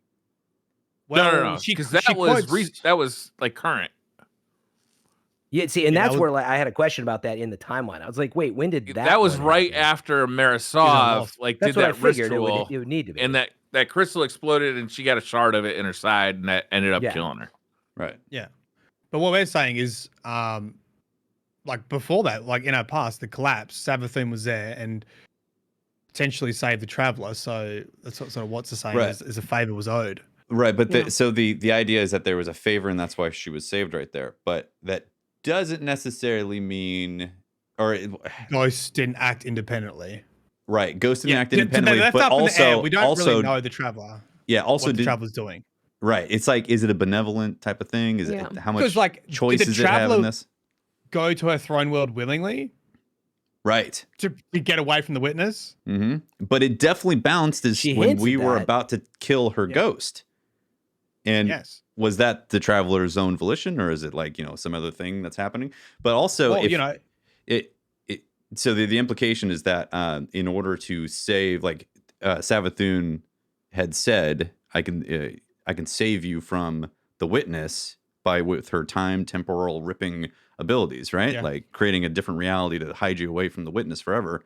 So in a way to save her. So it's like maybe actually the Traveler is counting on that. So that's why the Traveler saved her ghost, because it really does need Savathun. Savathun's abilities to create the shield between her and the witness, or it and the witness. Savathun did have a good plan. The only reason we needed to stop it was because it would have cut us off from the light, right? It's like she was going to protect the Traveler inside her throne world. Like it was a solid plan. Yeah. And then we came and we're like, fucked it all up. Another bombshell. So good. Have you guys That's my man. Have you guys seen the reflections in the altar you can do as a mission, also post campaign? Not yet. No, I haven't seen that one yet. I've done at least, I think I've done two or three. How did you do so many? I've only done one. No, I did two. Sorry, I did two. Well, there you go. Have you seen? Do we want to talk about this? 2 truths and a lie. 2 truths and 2 lies. 2 truths and a lie. Yes. Yeah. Okay. So, sorry, this is gonna somewhat spoil it. You can go back to the altar for memories, and you get Savathun talking to you, and she says, "Is it 2 truths and 2 lies? Yeah, it's 4 things. Yes." She says 2 of these are truths and 2 of these are lies, and the ones that I got was the Taken King will return, or something like that. The Taken King will rise again. Oryx will rise again. I'm in control of the lost planets, like Io. Not Watcher. What's his name? The Witness returned Mars, which we also don't understand how that returned yet. So that's still a bit of a mystery. And I can't remember the 4th on top of my head. I had a 4th one as well. Turning planets, Mars, Taken King will rise again. I can't remember the last Titan. one. Anyway, super interesting because they're all batshit crazy. And you're like, 2 of these are true. Like either Oryx is coming back or she's got the planets, or like, do you know what I mean? Like they're really cool. Yeah. You can get multiple of them. Apparently, and the power to move planets in and out of realities. Oh, that's right. You'll get the power to move planets. We will. As in gut. Well, I don't. It could be a lie, bro. I don't know. That one actually, not knowing really, 50 since I haven't seen this. There's Given the cutscene scene with the witness, I would think that one is a possibility. Like that the whole thing was this artistic beauty, right? When it splits open. Oh, it's gorgeous. Oh my God, and it sees the Traveler and all the planets in wherever it wanted. And it was, I still obviously don't understand any of it, but in that hallway that the witness is walking down, there's the statues that you're not really focused on because you're like, this dude's got like smoke faces coming out of his head. What were those statues? Were those like species of aliens that we are familiar with? Were they human? Were they just like Star Wars characters? Like what the fuck was going on I'm there? pretty sure they were so. they were fallen in there. I'm pretty sure, and there was definitely a Cabal looking statue, and people have been going, "Oh my god, that's Callus," which, from a lore perspective, would make sense if he had been captured because he made contact. I was also thinking maybe they were disciples. So, oh god, the raid, the queen disciple situation as well. Yeah, mother. Yeah. So also in the exotic quest for the worm launcher, right? You get told that there was a disciple looking after this worm factory, basically making the worms and putting darkness inside them or something like that. And if you read the lore tab on the exotic launcher, Queen Marasov also had a vision, saw the witness, had a vision of her own destruction, and the witness wanted her to become a disciple. And this directly parallels what Callus happened when he met the entity, which we now know is the witness, because that's also confirmed in that mission. Yeah. And I would say, and the raid is called like the Disciple or something. Vow of the Disciple. Yeah, Vow of the Disciple. Yeah. So it could be Callus that's in the raid, or the boss of the raid. It could be. Maybe. It's the amount of lore and story progression and answers that are given through this campaign and post campaign is absolutely insane. Yeah, it's bonkers. It's fascinating. Yeah, I mean, we're not even in season of Risen yet because that had some good stuff too. Well, I think I've deleted. Yeah, I was going to say, don't forget the raid will be probably some kind of revelation. I assume it seems like they are always integrating something pretty big in there. So yeah. It's either going to be, the disciple. It's going to be something to do with the witness, or Imaru's just like all Savathun's ghost somehow. But I feel like it's going to be witness related, considering the cutscene at the end. Like I feel like that's got to be a lead into the raid. Well, they showed us the pyramid ships like 4 years ago. Yeah, I was going to say that they do take their time with some of this stuff. Yeah, that's true. That seemed to be a tease for Lightfall and obviously the path to final shape, but anything could happen now, I guess. Yeah, we don't know where the raid is yet, right? So, have you got the exotic grenade launcher from the season of Risen? No, because that also has lore in it. And when you get to the end of that, someone talks about having a vision of Callus in front of a pyramid ship, like calling people in. Oh wow! I could see that. Oh, that's great. Oh man, I'm so happy we might see Callus again. He's like been my favorite character. Yeah, the story is just, it's insane, so and also there's so much ambiguity to everybody's motivations now. That like you're really like wondering like who. Like, is Marasov on our side? Is the Traveler on our side? Is Savathun like a force for good in the universe? Like, what is going on here? Yeah. Yeah, it's extremely complex, and I love it. Yeah. And you really, I was just going to say, remember, we have until really into 2025 with the seasonal content that comes after the final shape, right? So this to me is setting up a lot because it's going to be years, not just these few seasons coming up. Yeah. Definitely. Yeah.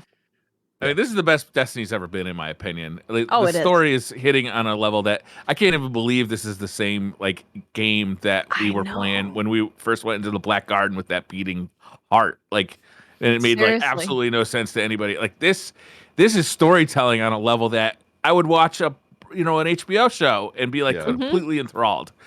Yep. It's awesome. Yeah. Seriously, I can't say enough. Bungie has absolutely killed it. Yeah. I want to hear from people who got back into the game after a long time, though, or haven't gotten into the game at all. Because I will say, one, I don't think Legend Mode would treat you too well if you didn't have a back catalog, but I don't know. But certainly on the lore side as well. Like, does it hit as hard as it does for us? Because we've been with these characters for 7 years or whatever. So yeah, I was thinking that. I wonder today. I don't know. It's a good question. Like it has the beats of like, okay, you're some detective here, space detective looking for clues. Okay, there's some interesting clues, and like maybe on that level it works. I really will be fascinated if you're out there listening. Please get back to DCP Live or tweet at me as well. I would love to hear from these people what they thought, having not played it in a long time or having never played it. Also, Zavala's still a cop. Like, come on. What's weird is playing Horizon, Forbidden West, and this at the same time, and like hearing the same voice actor like play completely different roles. I don't trust this guy. I'll tell you that. Mylan, how crazy has it been to have all this lore dump happen in this, like, Big raw lore dump? Well, yeah, just an I got up at insane 1 amount. a.m. play, and like I've been saying for the last 2 days, I need to replay the campaign and recapture all of the dialogue because I have 10 hours of footage. And at the time, I didn't label anything because I was like just so keen to keep playing. Now I'm like, this is the worst decision I've ever made. I want to go back and replay, re-record, transcribe. Probably the best way to do it. Yeah, because I was like, you know what, it's probably quicker for me to replay it. Yeah, in a team. I did it solo first, so that took a bit more time on Legendary. But maybe you probably burn through it, right? Like if you didn't do the Legendary and you had a team, you probably just fly through it. Mm-hmm. I think what's exciting is everyone else is interested in the story now. Mm-hmm. Yes. As much as they are interested in the loot. Yep. And this will encourage people to go and maybe read some of the entries that unlock, or at least can talk with fire team members. With the reading. No, I mean I like to play video games. That exact thing happened to me when the story started kicking up. I was like, well, I just unlocked this lore entry. I want to read it because it says more about, like with Lakshmi, for example. There was a lot of that happening in the lore pages, and reading it and then playing it and experiencing it was amazing. So now I'm like, I got new lore. I want to read it. All this lore on the weapon. I want to read it. How about, Mylan, you make a video about it and I'll watch it while I'm taking a dump. Okay, deal. Deal. A lore dump with a dump. A lore dump. You're listening to my gosh. Raw lore dump. My new intro. Hope you're having a good poop. Let's get straight into it. Let's crack on. The lore, we mean. Oh man, it's so great. I think one of the great things is you can see how much respect and thought has been given to the foundation of the story. You know, it hasn't been thrown out. It's been like, this is what's been like. Some things have changed from what has been written, but they've given a reason for why it has changed. Do you know? From what we did know in the Books of Sorrow, it's not like they've rewritten it, but they've said, oh, well, you know, what you've known is not quite right. So they've still made it their own thing and they've done their own story with it, but they've been very respectful of what has been made, what the Destiny universe is, which gives a lot of hope for the future, no pun intended, that that this, you know, this story is going to continue to be consistent and draw upon the universe they created. And if they keep doing that, it's going to keep being good stories. Yeah, I mean, I'm sure you were scared, Mylan. I was terrified. Do you remember in the lead up to Destiny 2 when they basically like said, we're getting rid of the darkness. There is no like lore Bible. You know, like they really were kind of like downplaying like the story of Destiny. Dark times, man. Dark times for Destiny. It was so scary. It was all scannables. Like these tiny, like 2-liners at a scannable. And it was one of the worst times because firstly, it wasn't engaging to do it. And secondly, I had to run around like free roaming, finding scannables, which is the worst experience ever compared to now. We've got cutscenes, we've got ink blots, we've got in-game. A 180 turnaround from the beginning of Destiny 2 to now. I guess that's what I was saying about feeling like you're in the story, you're in the campaign, you feel connected in a way where it's like this real grounded, like consequences are happening and you're learning about the consequences of like the Traveler isn't so like clear cut. There's a lot of gray area of what's going on with you. Like learning that the Ghost can actually choose to pick something else. The Ghost stuff is fascinating. That is huge. You know, I love Finch is just in front of his guardian. He's like, yeah, the sack of bones. Just saying. Do you guys trust Finch? Or do you think I love him. I love him. Okay. He's filled the gap of like what Cade left, you know, where Cade was like this witty, kind of cheeky, sarcastic guy, and Finch has that similar personality. It's not the same, but he is that same kind of vibe. Sometimes I feel like he's saying stuff and he's not necessarily telling me the truth. Like he's leaving something out. Oh yeah. You know? Oh yeah. He's definitely playing both sides. I don't trust anybody at this point with the way the story just went. True. That's a good point. Do you guys think that the Traveler do you guys think that the Traveler has like will and intention, or do you think we are assigning these feature like these aspects to something that doesn't actually have those things. It's interesting because they sort of bring up that idea that the darkness is speaking to us and the traveler's still silent. So they're like playing with this idea that we don't really know the traveler's true intentions because it's basically remained silent. So I'm hoping it's going to build up to that silence breaking. And what could it say at this point that would be like satisfactory? It couldn't have a voice. Though. How could you give it a voice as well? Yeah. What voice would you give it? It sounds like Joan Jett. Yeah, there was also a line from the witness at the end, that end cutscene, talking about all the lives that have been cost because of your actions.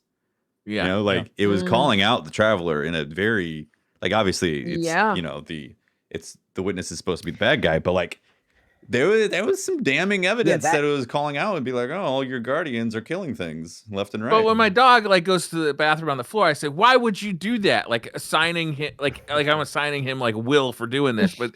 Is everybody doing that to the traveler? Like assuming that it has this will and it has like this presence that it doesn't really have?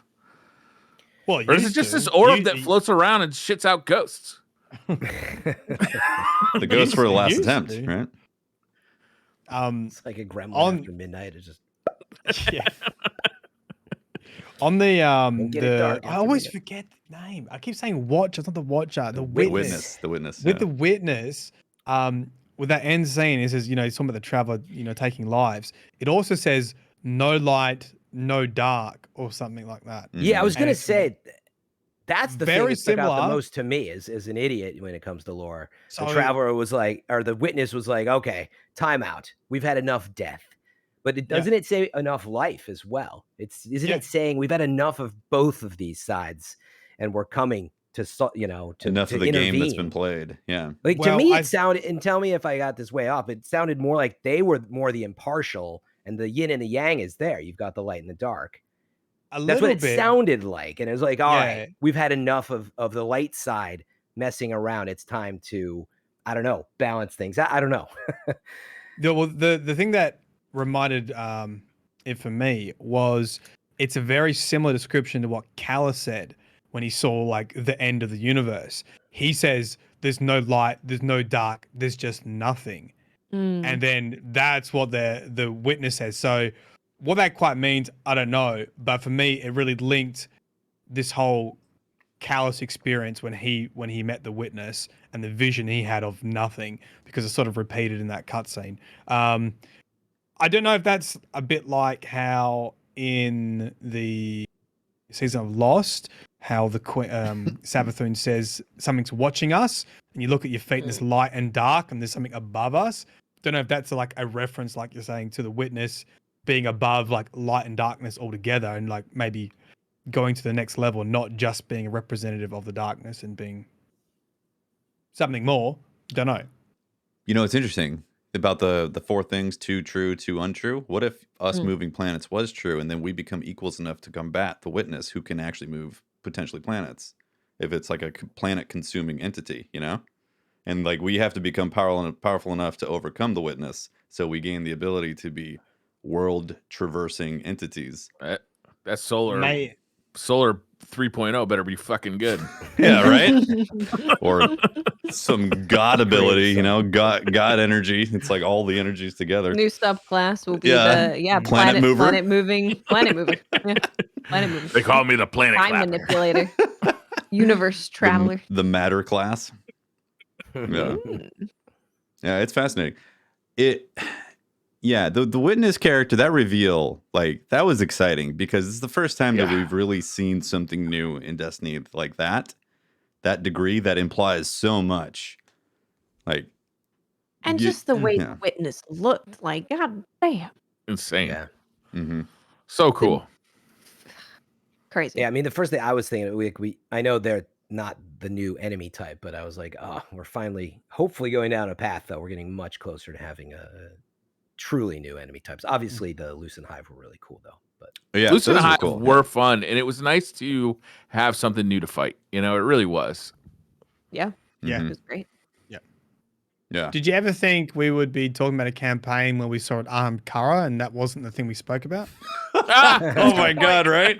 That was a surprise, man. Oh my Especially God. solo. Yeah. I was like, is this I happening? screamed because you're like, all right. What time was I supposed to shoot first? Yeah.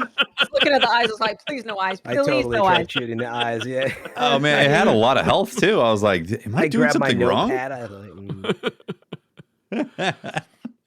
That was great. that fight wasn't It too bad, was. thankfully. The whole thing was freaking phenomenal. It was cool though. Yeah. Yeah, I feel you like didn't even mention Cool, by the way. I'm surprised. oh yeah, Cool light in blade. there as well. The Cool. new Blade. strikes are so good, and Yes, yeah, they Ala are. I haven't Cool played being them all one yet. of those. Ala Cool the light blade. The Alakul strike was phenomenal, but I am not gonna want to run that multiple times with like how slow it's gonna be with like the boat ride and then like the going between the lanterns slow effect. So I solo queued into it, and one of the guardians was stuck in the back for the entire boat ride, so they couldn't. Yeah. It wouldn't teleport him into the couldn't boat. get on the boat. Eventually, they left. They're like, "Well, this is lame. That I'm was- just gonna leave." That was my first experience. I loaded in, and all of us had missed the ferry, so we just had to quit and Oh load my back in. God. So just unfortunate, but some I was bugs. very confused because that's actually a little bit past the beginning of that strike. I came to find out, I was like, "Oh, that wasn't the beginning." I don't know what happened, but it wasn't a big deal. But just had to load in. My first time into that strike, the boss was basically dying. I never actually saw the boss because I was like kind of like getting my bearings still, and then it ended. I was like, "Oh, okay, I'll reload." But I'll take this loot first. I pretty much had a good experience with both strikes, and I really like what they did with the pacing, all that. I am concerned though once GMs come around because they're gonna be terrible for GMs, I'm sure. yeah, and I don't know how I feel about that. Like, I don't really want terrible these new GMs. You know what I mean? And I feel like some of the new stuff has been like that, but we'll see. I don't know. I've only played it like once or twice now, so I'll have to give it more time. Yeah. Do you guys like the new PsyOps event? Yeah, it's cool. It really is. I get confused. There's so much stuff. What happens to There's a lot That's of not the stuff, defense. yeah. That's not It's the 3-man activity where you're going from oh point yes, to point, yes, that is killing cool. the guys, and go through the portals, and Yeah. the scions come in and bubble the hive, the Lucent hive. Yep.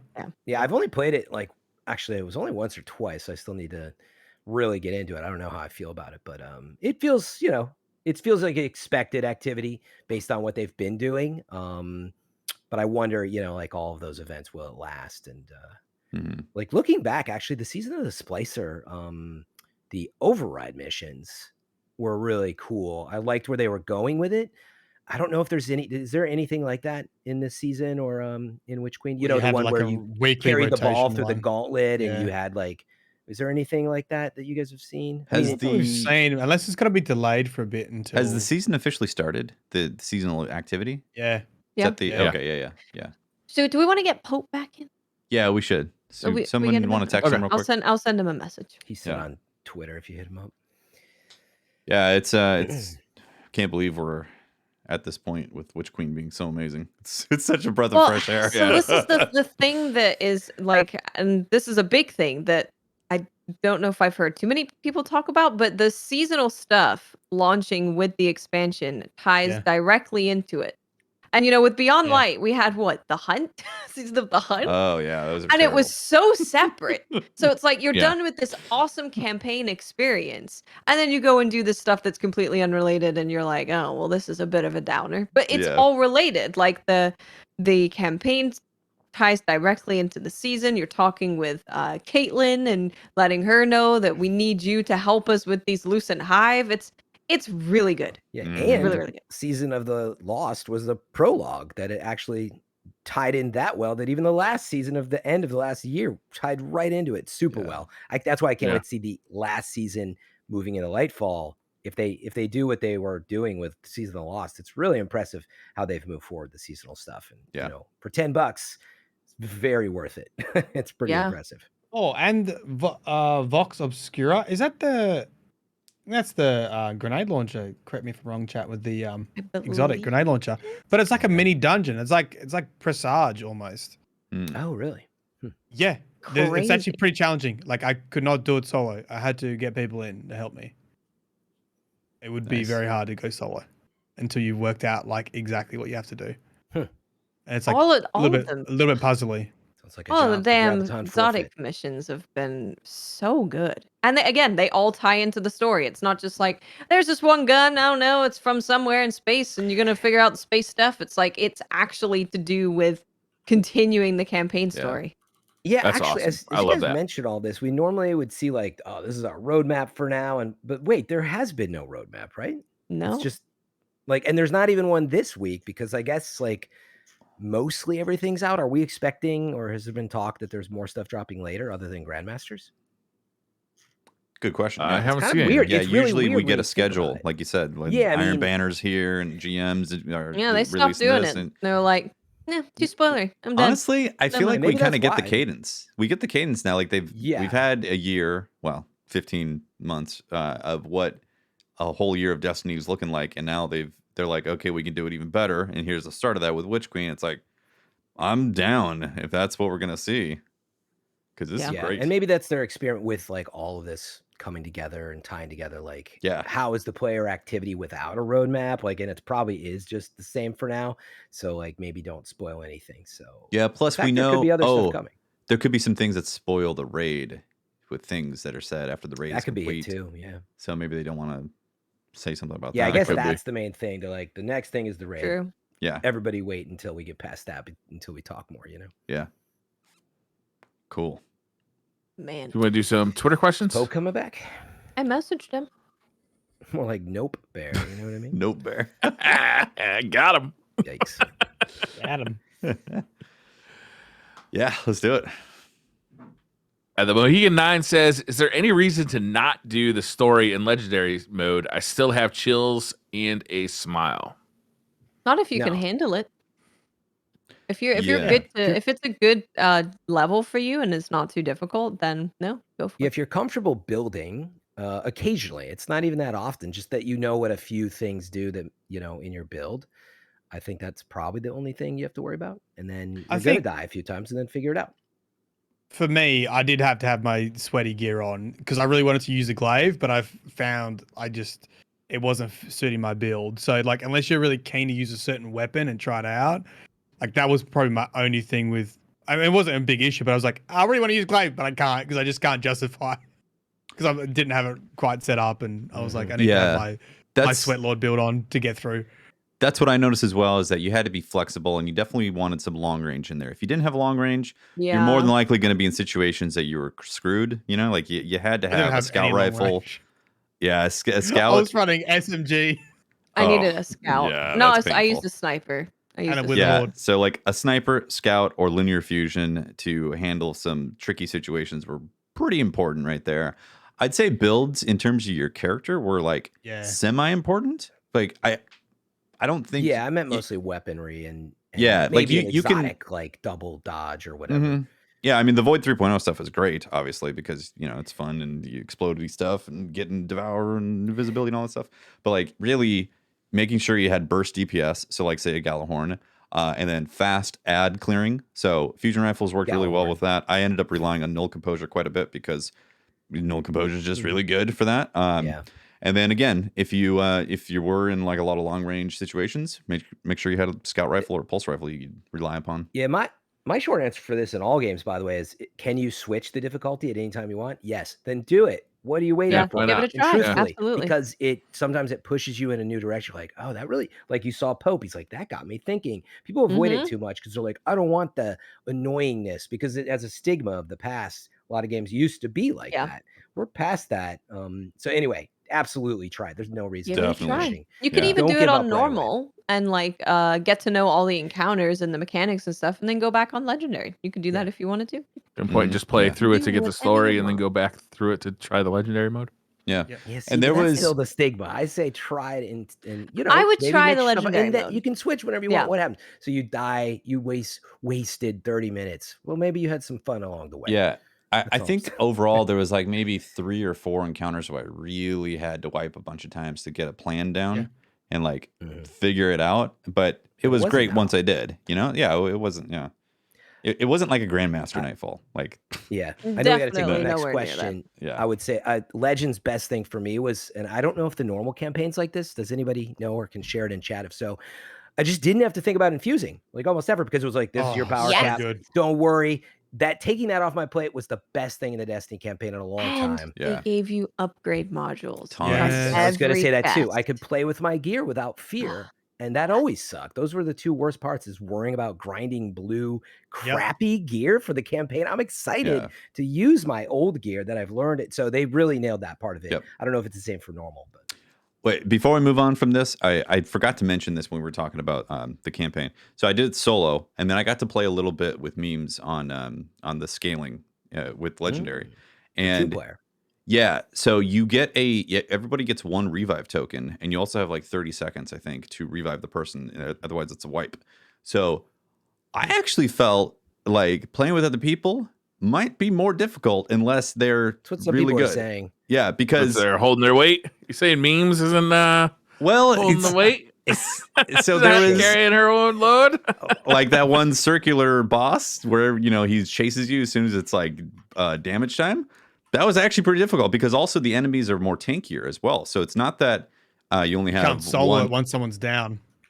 Yeah, you have enemies that would take maybe 1 or 2 bursts of fusion rifle. We're taking 3 or 4 now of fusion rifle. So that was just 2 people in there. So there's definitely it's not just bosses that are tanky. It's like ads as well. That's why it's felt Scales like to me. everything up, Everything got scaled. So not only do you have the restrictions of how many revives and how much time, but everything got extra health as well. So, I don't know. That might be something you need to consider in the future. So there was someone who came into chat when I was doing the Savathun fight solo, and they said I'd be interested to see how long it takes you to kill the wizards, because it was like 2 rocket shots for us, and I was like, 2 rocket shots for the wizards. For the wizards that you have to kill to get the damage 2 buff. rocket shots? 2 galleys? Yeah. And I was doing galleys. I was doing 2 bursts of Cartesian coordinate to kill a wizard. It's kind of crazy. I think it does. So everything that I've heard with like 3 people, especially, is that it makes everything quite spongy.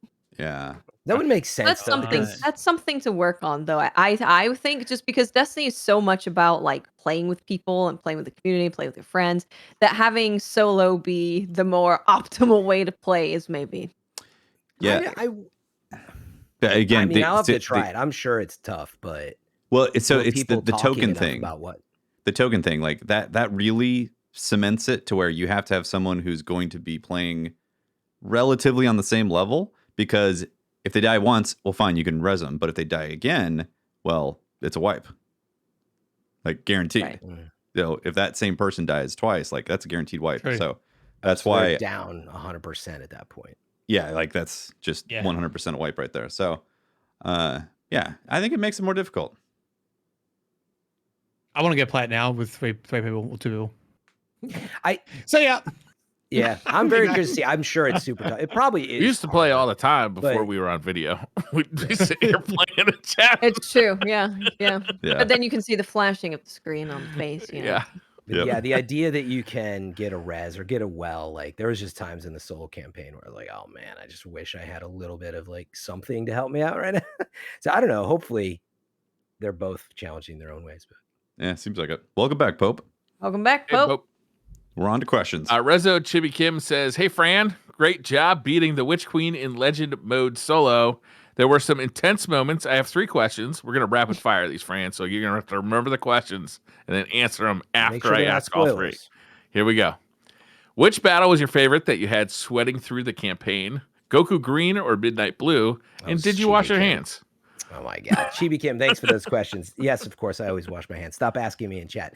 Secondly, because you're a fast we peer. saw that actual color. PS5 controller. Fast bathroom break and filthy PS5 controller. Oh, that was a moment in time. To be fair, I embellished that a little bit with some high contrast. But anyway, the favorite fight, I honestly, probably the last whole lead up to the last fight was certainly it. But the most painful was the fight in the dark, running in circles. Dark circles. Yeah, we don't want to spoil anything here. So just shoot them gobs, man.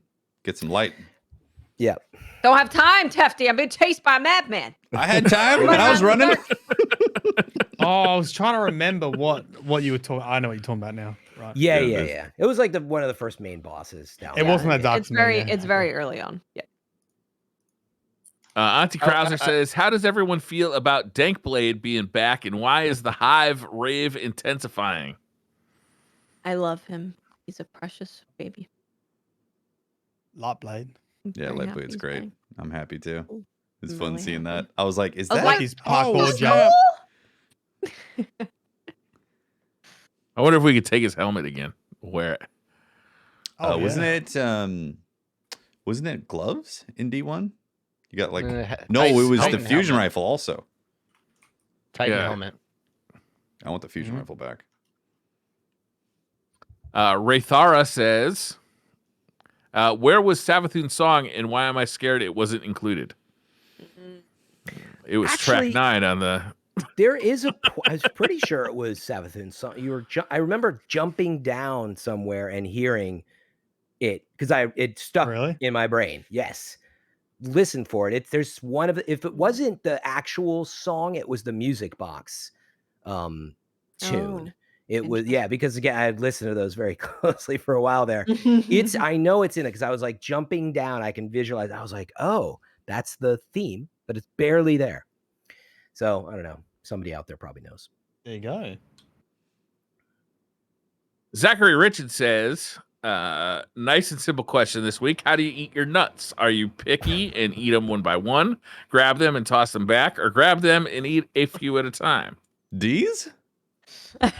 These nuts. Bag of D's? Chopsticks. I'd usually just grab a bag. I'd just grab a handful of nuts. Yeah. It's just a sack of nuts. I try to just do a handful. Handful's about a quarter cup, you know? Right in the mouth. Depends on what kind of nuts you're talking about, too. Like mixed nuts, cashew nuts. Yeah, big nuts, small nuts. Makes a big difference. Brazil nuts, kind of earthy tasting. You know what I'm saying? Dave Ann says, question for Mylan, is it true that rooting means something very different in Australia? I thought we were going to get a lore question there, but I don't think that's a lore question. Yeah. Because what does it mean? What does it mean for you guys? I don't know. Root for a team. Like rooting, and then there's also root out the problem. Or, you know, like if I go, I'm just going to go for roots. It's got very different connotations. What? Yeah, well, we don't know what that means. It's a sexy time. It's a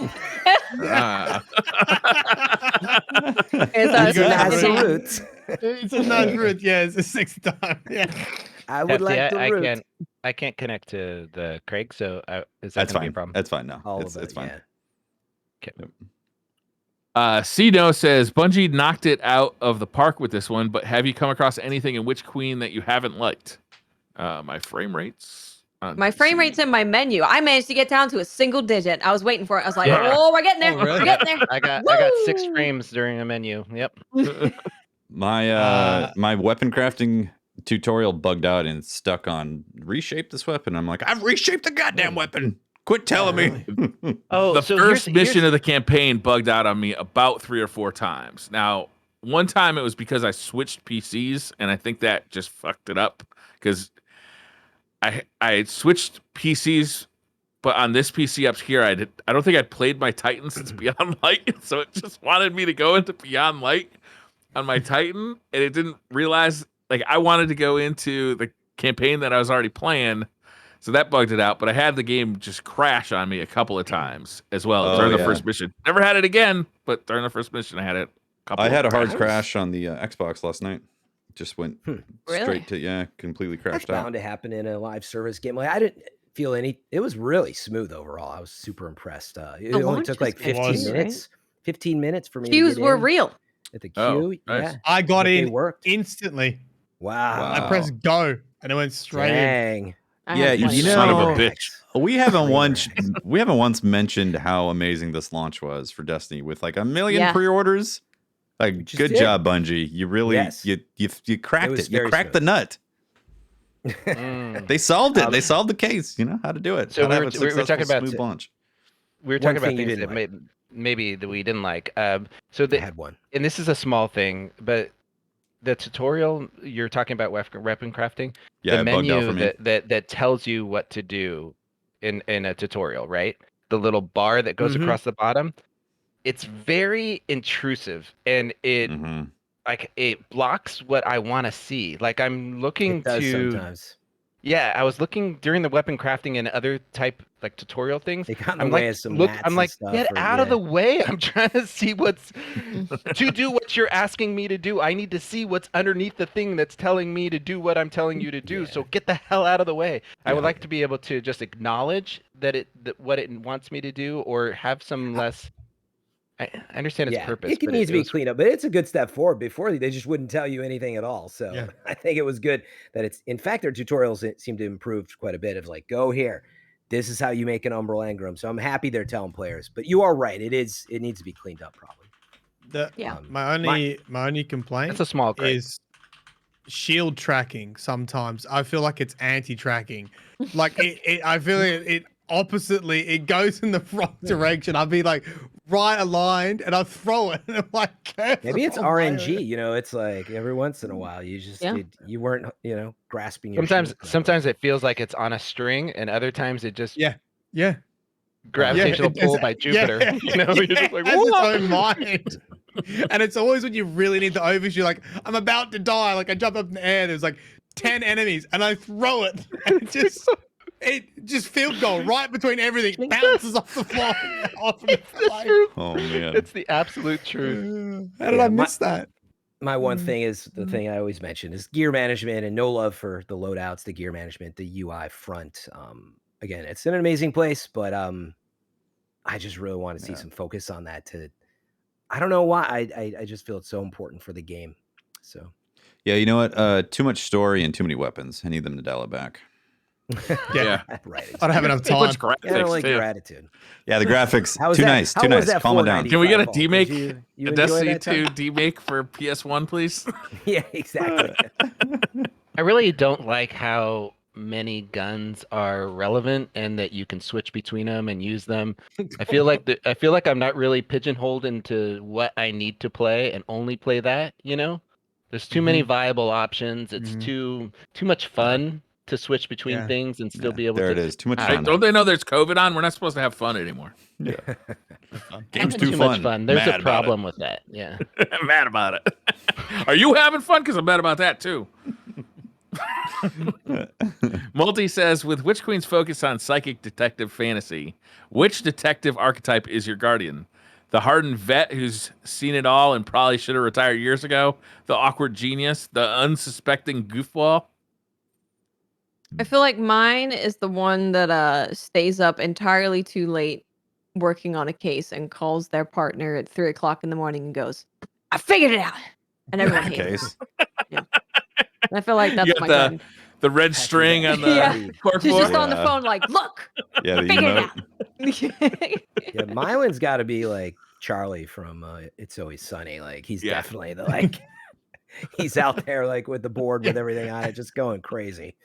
A combination of the Is goofball that you, and the cork string. Yeah. I do when people are looking, I'm like, okay, let's be serious now. And then back to the mania.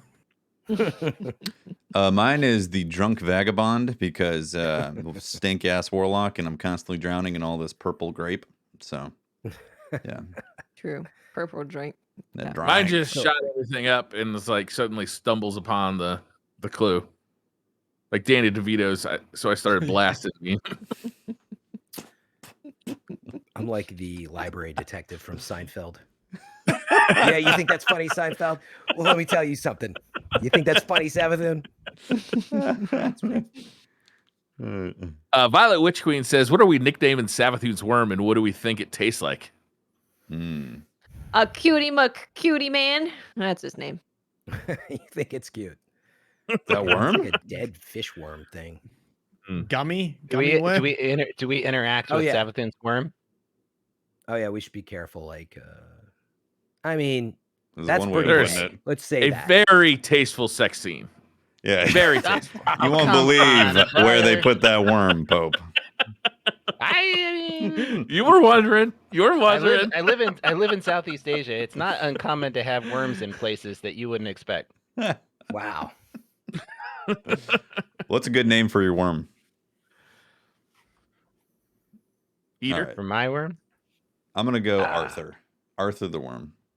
If we had a hive worm inside of us, what would we name it?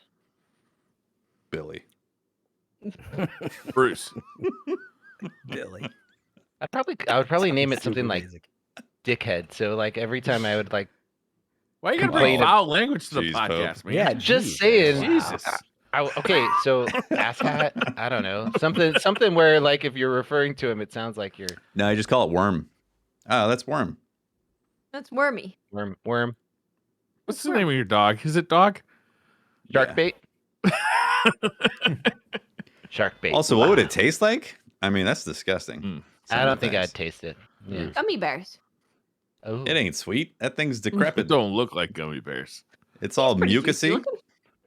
He is juicy. Isn't it like Yeah, I could see crystalline that. and hard? Like you're gonna break your teeth if you try and chew on it. Okay, so have you ever It had looks a like it cold? undulates.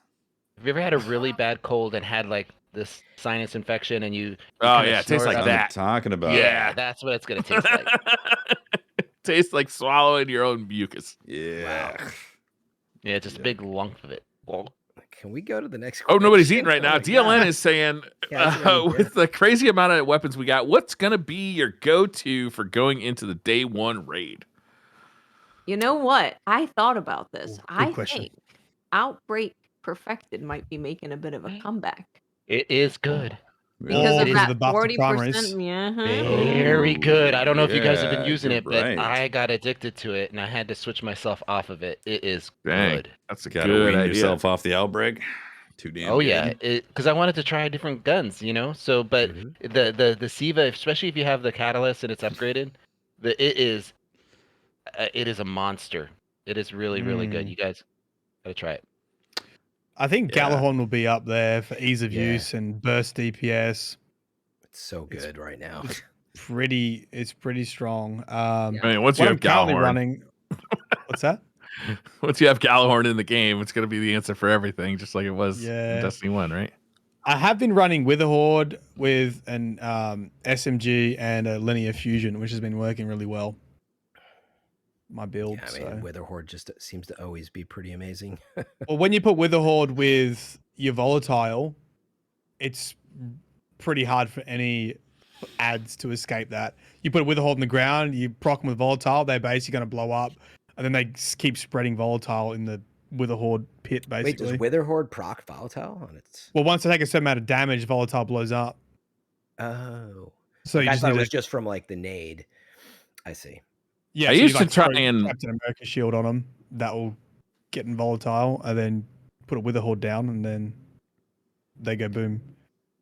I used to try and Yeah. predict like what weapons I would need in the raid, but after a while, I learned to just have a lot of empty spots in my Mhm. Yeah. inventory, so I can move stuff into the in there and then infuse it. Have infusion materials. Yeah, infusion that'll fuel. be easy now, I think. And Striga, though, the Osseous Striga is probably going to be up there too. If you got the Yeah. catalyst for it. Right, and right? yeah, clearing ads, like putting Yeah. poison on bosses, like actually does a lot of damage. I forgot to say that through the legendary campaign, I was using Funnel Web, which is the new Oh, nice. SMG, Yeah. which is I've been basically using I that. like have that yet. Recluse. Close. Yeah, So I might be using that. It's really good. Ah. It feels real good. I'll probably use that. What the Vice perk, the vampire, it is it good because it sounds like it's too it doesn't proc. I haven't played it, so How about the it's I was vampiric using it mod? on an auto Mhm. rifle, and I was like, "Why does this thing keep reloading?" And I was like, "Oh, the Vice Mhm. perk." so it says a small chance, and it's not a small chance. It feels like 20 to 30% chance, but if you're shooting a lot of bullets, then that goes up. Yeah, Yeah, I is think it you a need small I think you need chance lots on of every bullets, bullet? Yeah. Yeah. I never pick any perk that is like randomized like that. I want a gun to behave the way it's. You just gotta try You it know. because you'll be surprised. Like if you use Okay. something that has a lot of bullets, 54 bullets. And, Speaking of which, the summoner is back. Yes, All I'm right. I excited. forgot, yeah. I'm excited. I'm gonna yeah, get if that you- for sure. if you use a gun If- that's Vice that has a lot of bullets, then you'll notice it proc quite a bit, and it'll surprise Yeah. you because you'll be like, "Whoa, Yeah, this I'm thing just tempted- keep you're- shooting." I'm tempted That to was use a- stuff with Psycho Hack because of the origin trait on like it weakens, right, when you're actively damaging them. Mhm. Mhm. And then you have a mod for that. But like I said at the beginning, anything with like explosive dragonfly, volatile, tombstone, gonna be hard for me to not use something with that. It was so valuable. Yeah. Mm-hmm. The sandbox is looking really good right now. It's It exciting. really is. We're thinking of builds all the time. It's like, well, what build could I take into the raid? Oh my god, this, and it's Have you guys seen Arden lately? no. She's all grown up. Oh my Oh, look at that. Oh, Hi. wow. What a cutie. She's homesick today. Oh. Here you go, honey. Do you think anyone Dave will Mullins. I'm sorry. Go ahead. Oh, last question. Do you think anyone will try to get Lumina in there? Like, is that Lumina? isn't The that generic? gun? The hand cannon where you like, Yeah. you know, heal Maybe. and help? Because I wonder if that finally you can support Hmm. and it's still good. That one unfortunately has never paid off yet. But anyway, I didn't know if anybody heard anything about it. Yeah, I don't know. The funny about right now. thing about this question is it kind of reminds me of a statement that Mylan made earlier. It's like I'm more concerned about my build and abilities going into the raid than the guns. How cool To is be that? honest with you, like I think I'm gonna do way more damage and support from what I have on my character than the guns I'm gonna use. But that might change. But right now it feels super ability heavy. Feels really good. Yeah. Which is funny because they were changing abilities and being like, we don't want abilities to be up all the time. And everyone's like, surprise, void. I've got I can't grenades believe every they 8 seconds. It's not that at all. Yeah, you're. Oh It's man, good. it's so It's good, crazy. though. It's good. It feels good. It feels great. But That is true, though, balance Mylan. It's every like raid. it wasn't that long ago when they tried to like nerf all our abilities because what was the activity where we were standing on that bridge and you basically just had super after super to survive it, and if you didn't have your supers up, there's just no way you're going to survive it. What was that activity called? With the Oh, echo yeah, and the yeah. nine Season of the stuff. Drifter. Yeah, Reckoning? Yeah. I think it was. but I do see a difference now. Now it seems like you have to work your build as opposed to at that point you would just some subclasses were just so strong that they were just great. Now you have to be working your build. Like you were saying, like you have to use a grenade, then you have to use the shield, and then you have to use a melee, and you have to like kind of repeat that pattern to keep all your activities kind of powered up, you know? Yeah. And it's good because you feel it too. Like when I miss a shield throw or I miss a grenade and I Ooh, it don't get as hurts. many kills, you're like, I gotta shoot. Yeah. I gotta use my gun. Yep. You know? Ty says, how are you guys feeling about the orbs or power changes in PvE? I haven't played enough orbs. with a team to tell how the orb changes have affected things. I've had my What was the buildies change up again? a lot. They changed They're how not the as- orbs. Yeah. So the instead of it now being a masterworked weapon that creates that. orbs, it's the Yeah. helmet mod. I would say it's good and bad. I've had both good experiences and bad experiences with it. The good experience was that I could make orbs as soon as I got the new exotic SMG. I got it. I was making orbs right away, and that felt awesome. Bad side was that now that I'm getting close to having the catalyst and completing it, then I'm like, well, now I don't need this mod slot in my helmet. Normally, I wouldn't have to take up another mod slot with this orb thing. I could have double ammo finders. And maybe that will maybe you'll end up wanting to do that instead of making orbs, especially when it comes to the raid for double ammo finders. Yeah, it seems to be more. Yeah, I didn't get to use it or get into it much, but it almost seems like it might be an alternative for that elemental well style. Yeah, which I was using. My build's you wanna make completely wells. elemental well now. But Yeah. like making orbs and using better already, for example, right? Like getting health back when you get an orb. There's definitely good options, but does it generate enough? And I don't know. Man, And I I've feel been like the told elemental that- well stuff is better at this point. Protective light has been nerfed as well. So it like was, yeah. that was like the only reason I'd probably run orbs. So now I'm just full elemental wells.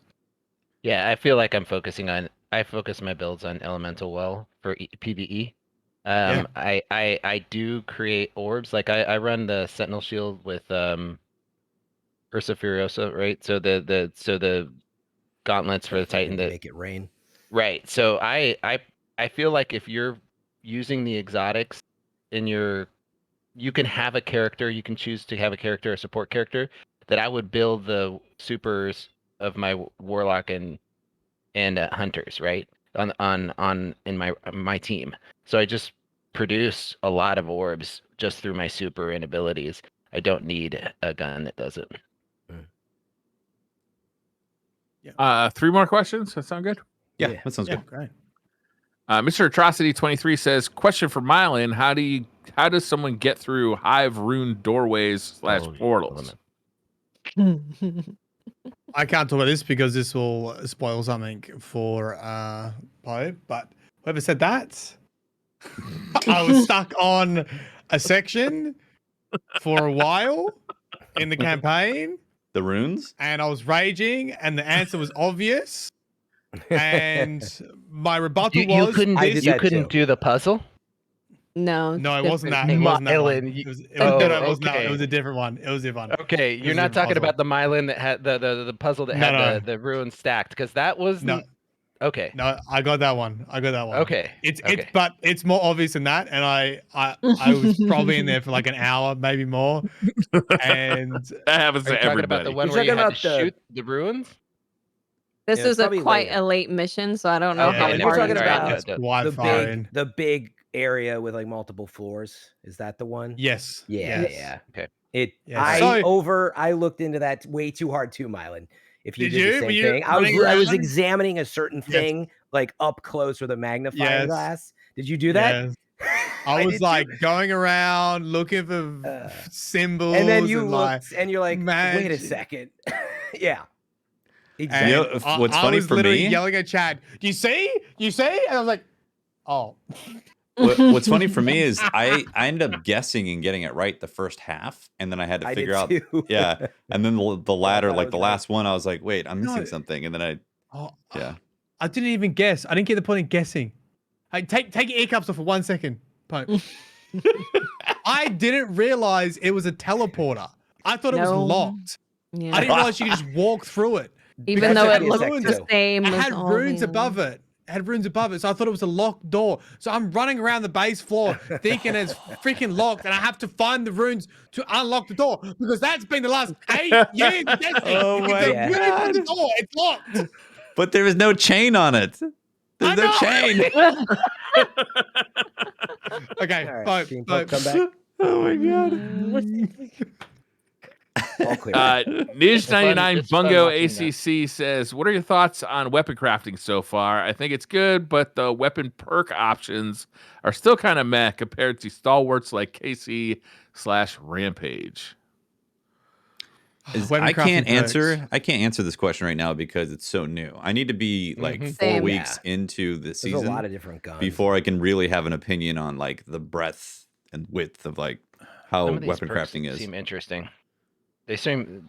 It's going to be fun to see how we can build different perks into the guns, and I haven't even gotten a chance to use chilled yet. I mean, it looks cool, but what all does it do?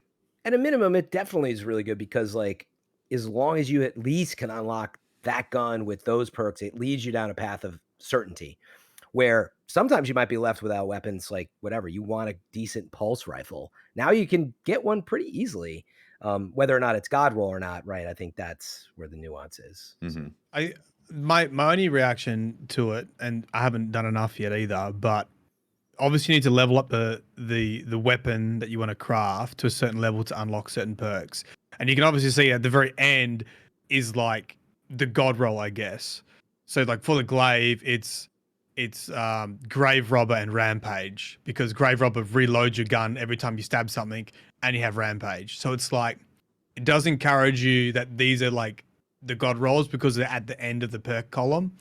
But I think hopefully the way you express yourself will be how you fit this gun into your build. Like, you know, I'm going to use ones with Adrenaline Junkie or whatever that suits my play style. But I do think in the long term, it will probably encourage a lot of very similar guns, but I think there's enough variability in build crafting now and your actual abilities. It will be okay, I think. Last question of the night. James Zumwalt says, did Caitlin with a C get hotter? Oh, it's like fine wine. Yeah, I think so. Yeah. Maybe because she's like being kind of nice now. Yeah, she's more likable. Coy, but yeah, more likable. Definitely. Yeah. just hot. Who are we talking about? Caitlin. Keitel. Oh. Rhino leg. Yeah. I think it was after that. The marriage proposal in the collector's edition law book. Someone said that Zavala needs to cement the truce with a marriage. There it is. I think, You're gonna be cementing definitely. something. You know what I'm talking about? Personally, I like what she's done with her tusks. It's nice. It's Good. nice. It's nice. Yeah. The Cabal armor looks pretty That's all cool. the I haven't even questions. gotten it yet. It looks I wanna get good. some. Honestly, all the Yeah, I got armor a this piece time of- around looks awesome. Yeah. That Titan helmet, though. Oh, Yeah. with the The tusks. Oh, that's Oh, gonna really? be I haven't so seen that yet. good. You good for Oh, yeah. headbutting. Yeah. Look at the helmet on the seasonal Collections. chart. Mhm. Yeah, collections. You gotta look at it. It's pretty awesome. Awesome. Guys, I think that's the show. That's the podcast. We did Yeah, it. and we could talk for many more hours. Yeah. It was And there's many more things it's a to good discover. expansion. Yeah. Really Yeah. exciting. I'm just excited to see where this is going. So it's a lot of fun. Bungie knocked it out of the park, man. Yeah, good job, Bungie. been While good working job. from home. Yeah. Crazy. Yeah. In the midst of just absolute craziness. So Yeah. truly exciting. awesome. Yeah. Very excited My to see next what big happens in the question future.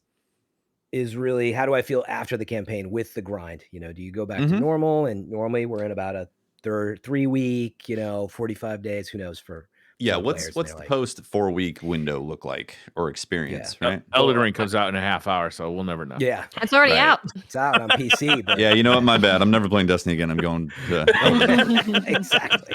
been real. My concern is that activity, the site ops activity, Uh-huh. to me feels a little shallow compared to other seasonal replay You get a activities. whole new weapon. You get to No, blink as a hunter and as a titan. No, I'm talking about like just the replayability of that. I feel that like that's always the activity. case with the expansion season because you get the whole expansion plus the seasonal activity, and then you know what I mean. Yeah, I hear you.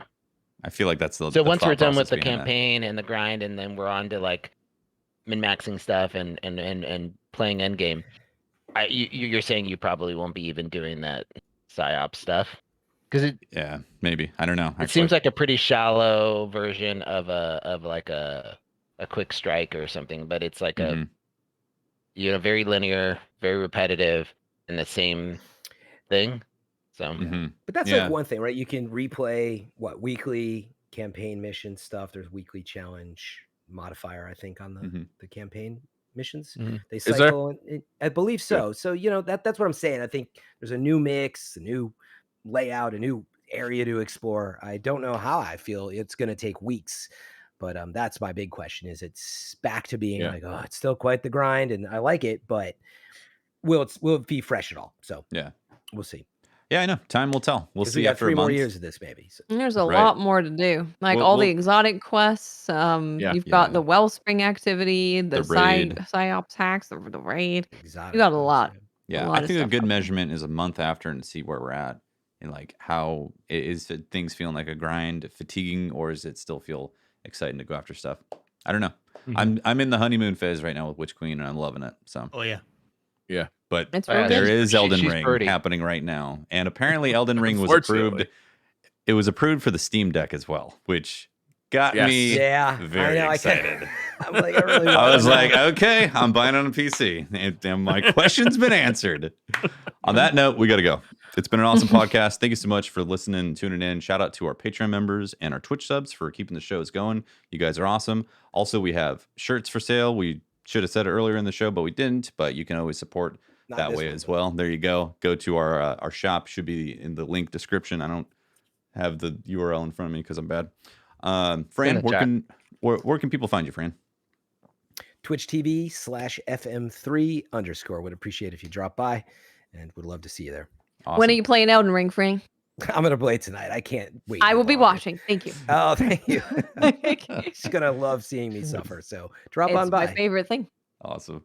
Pope, you doing anything social on the interwebs? no.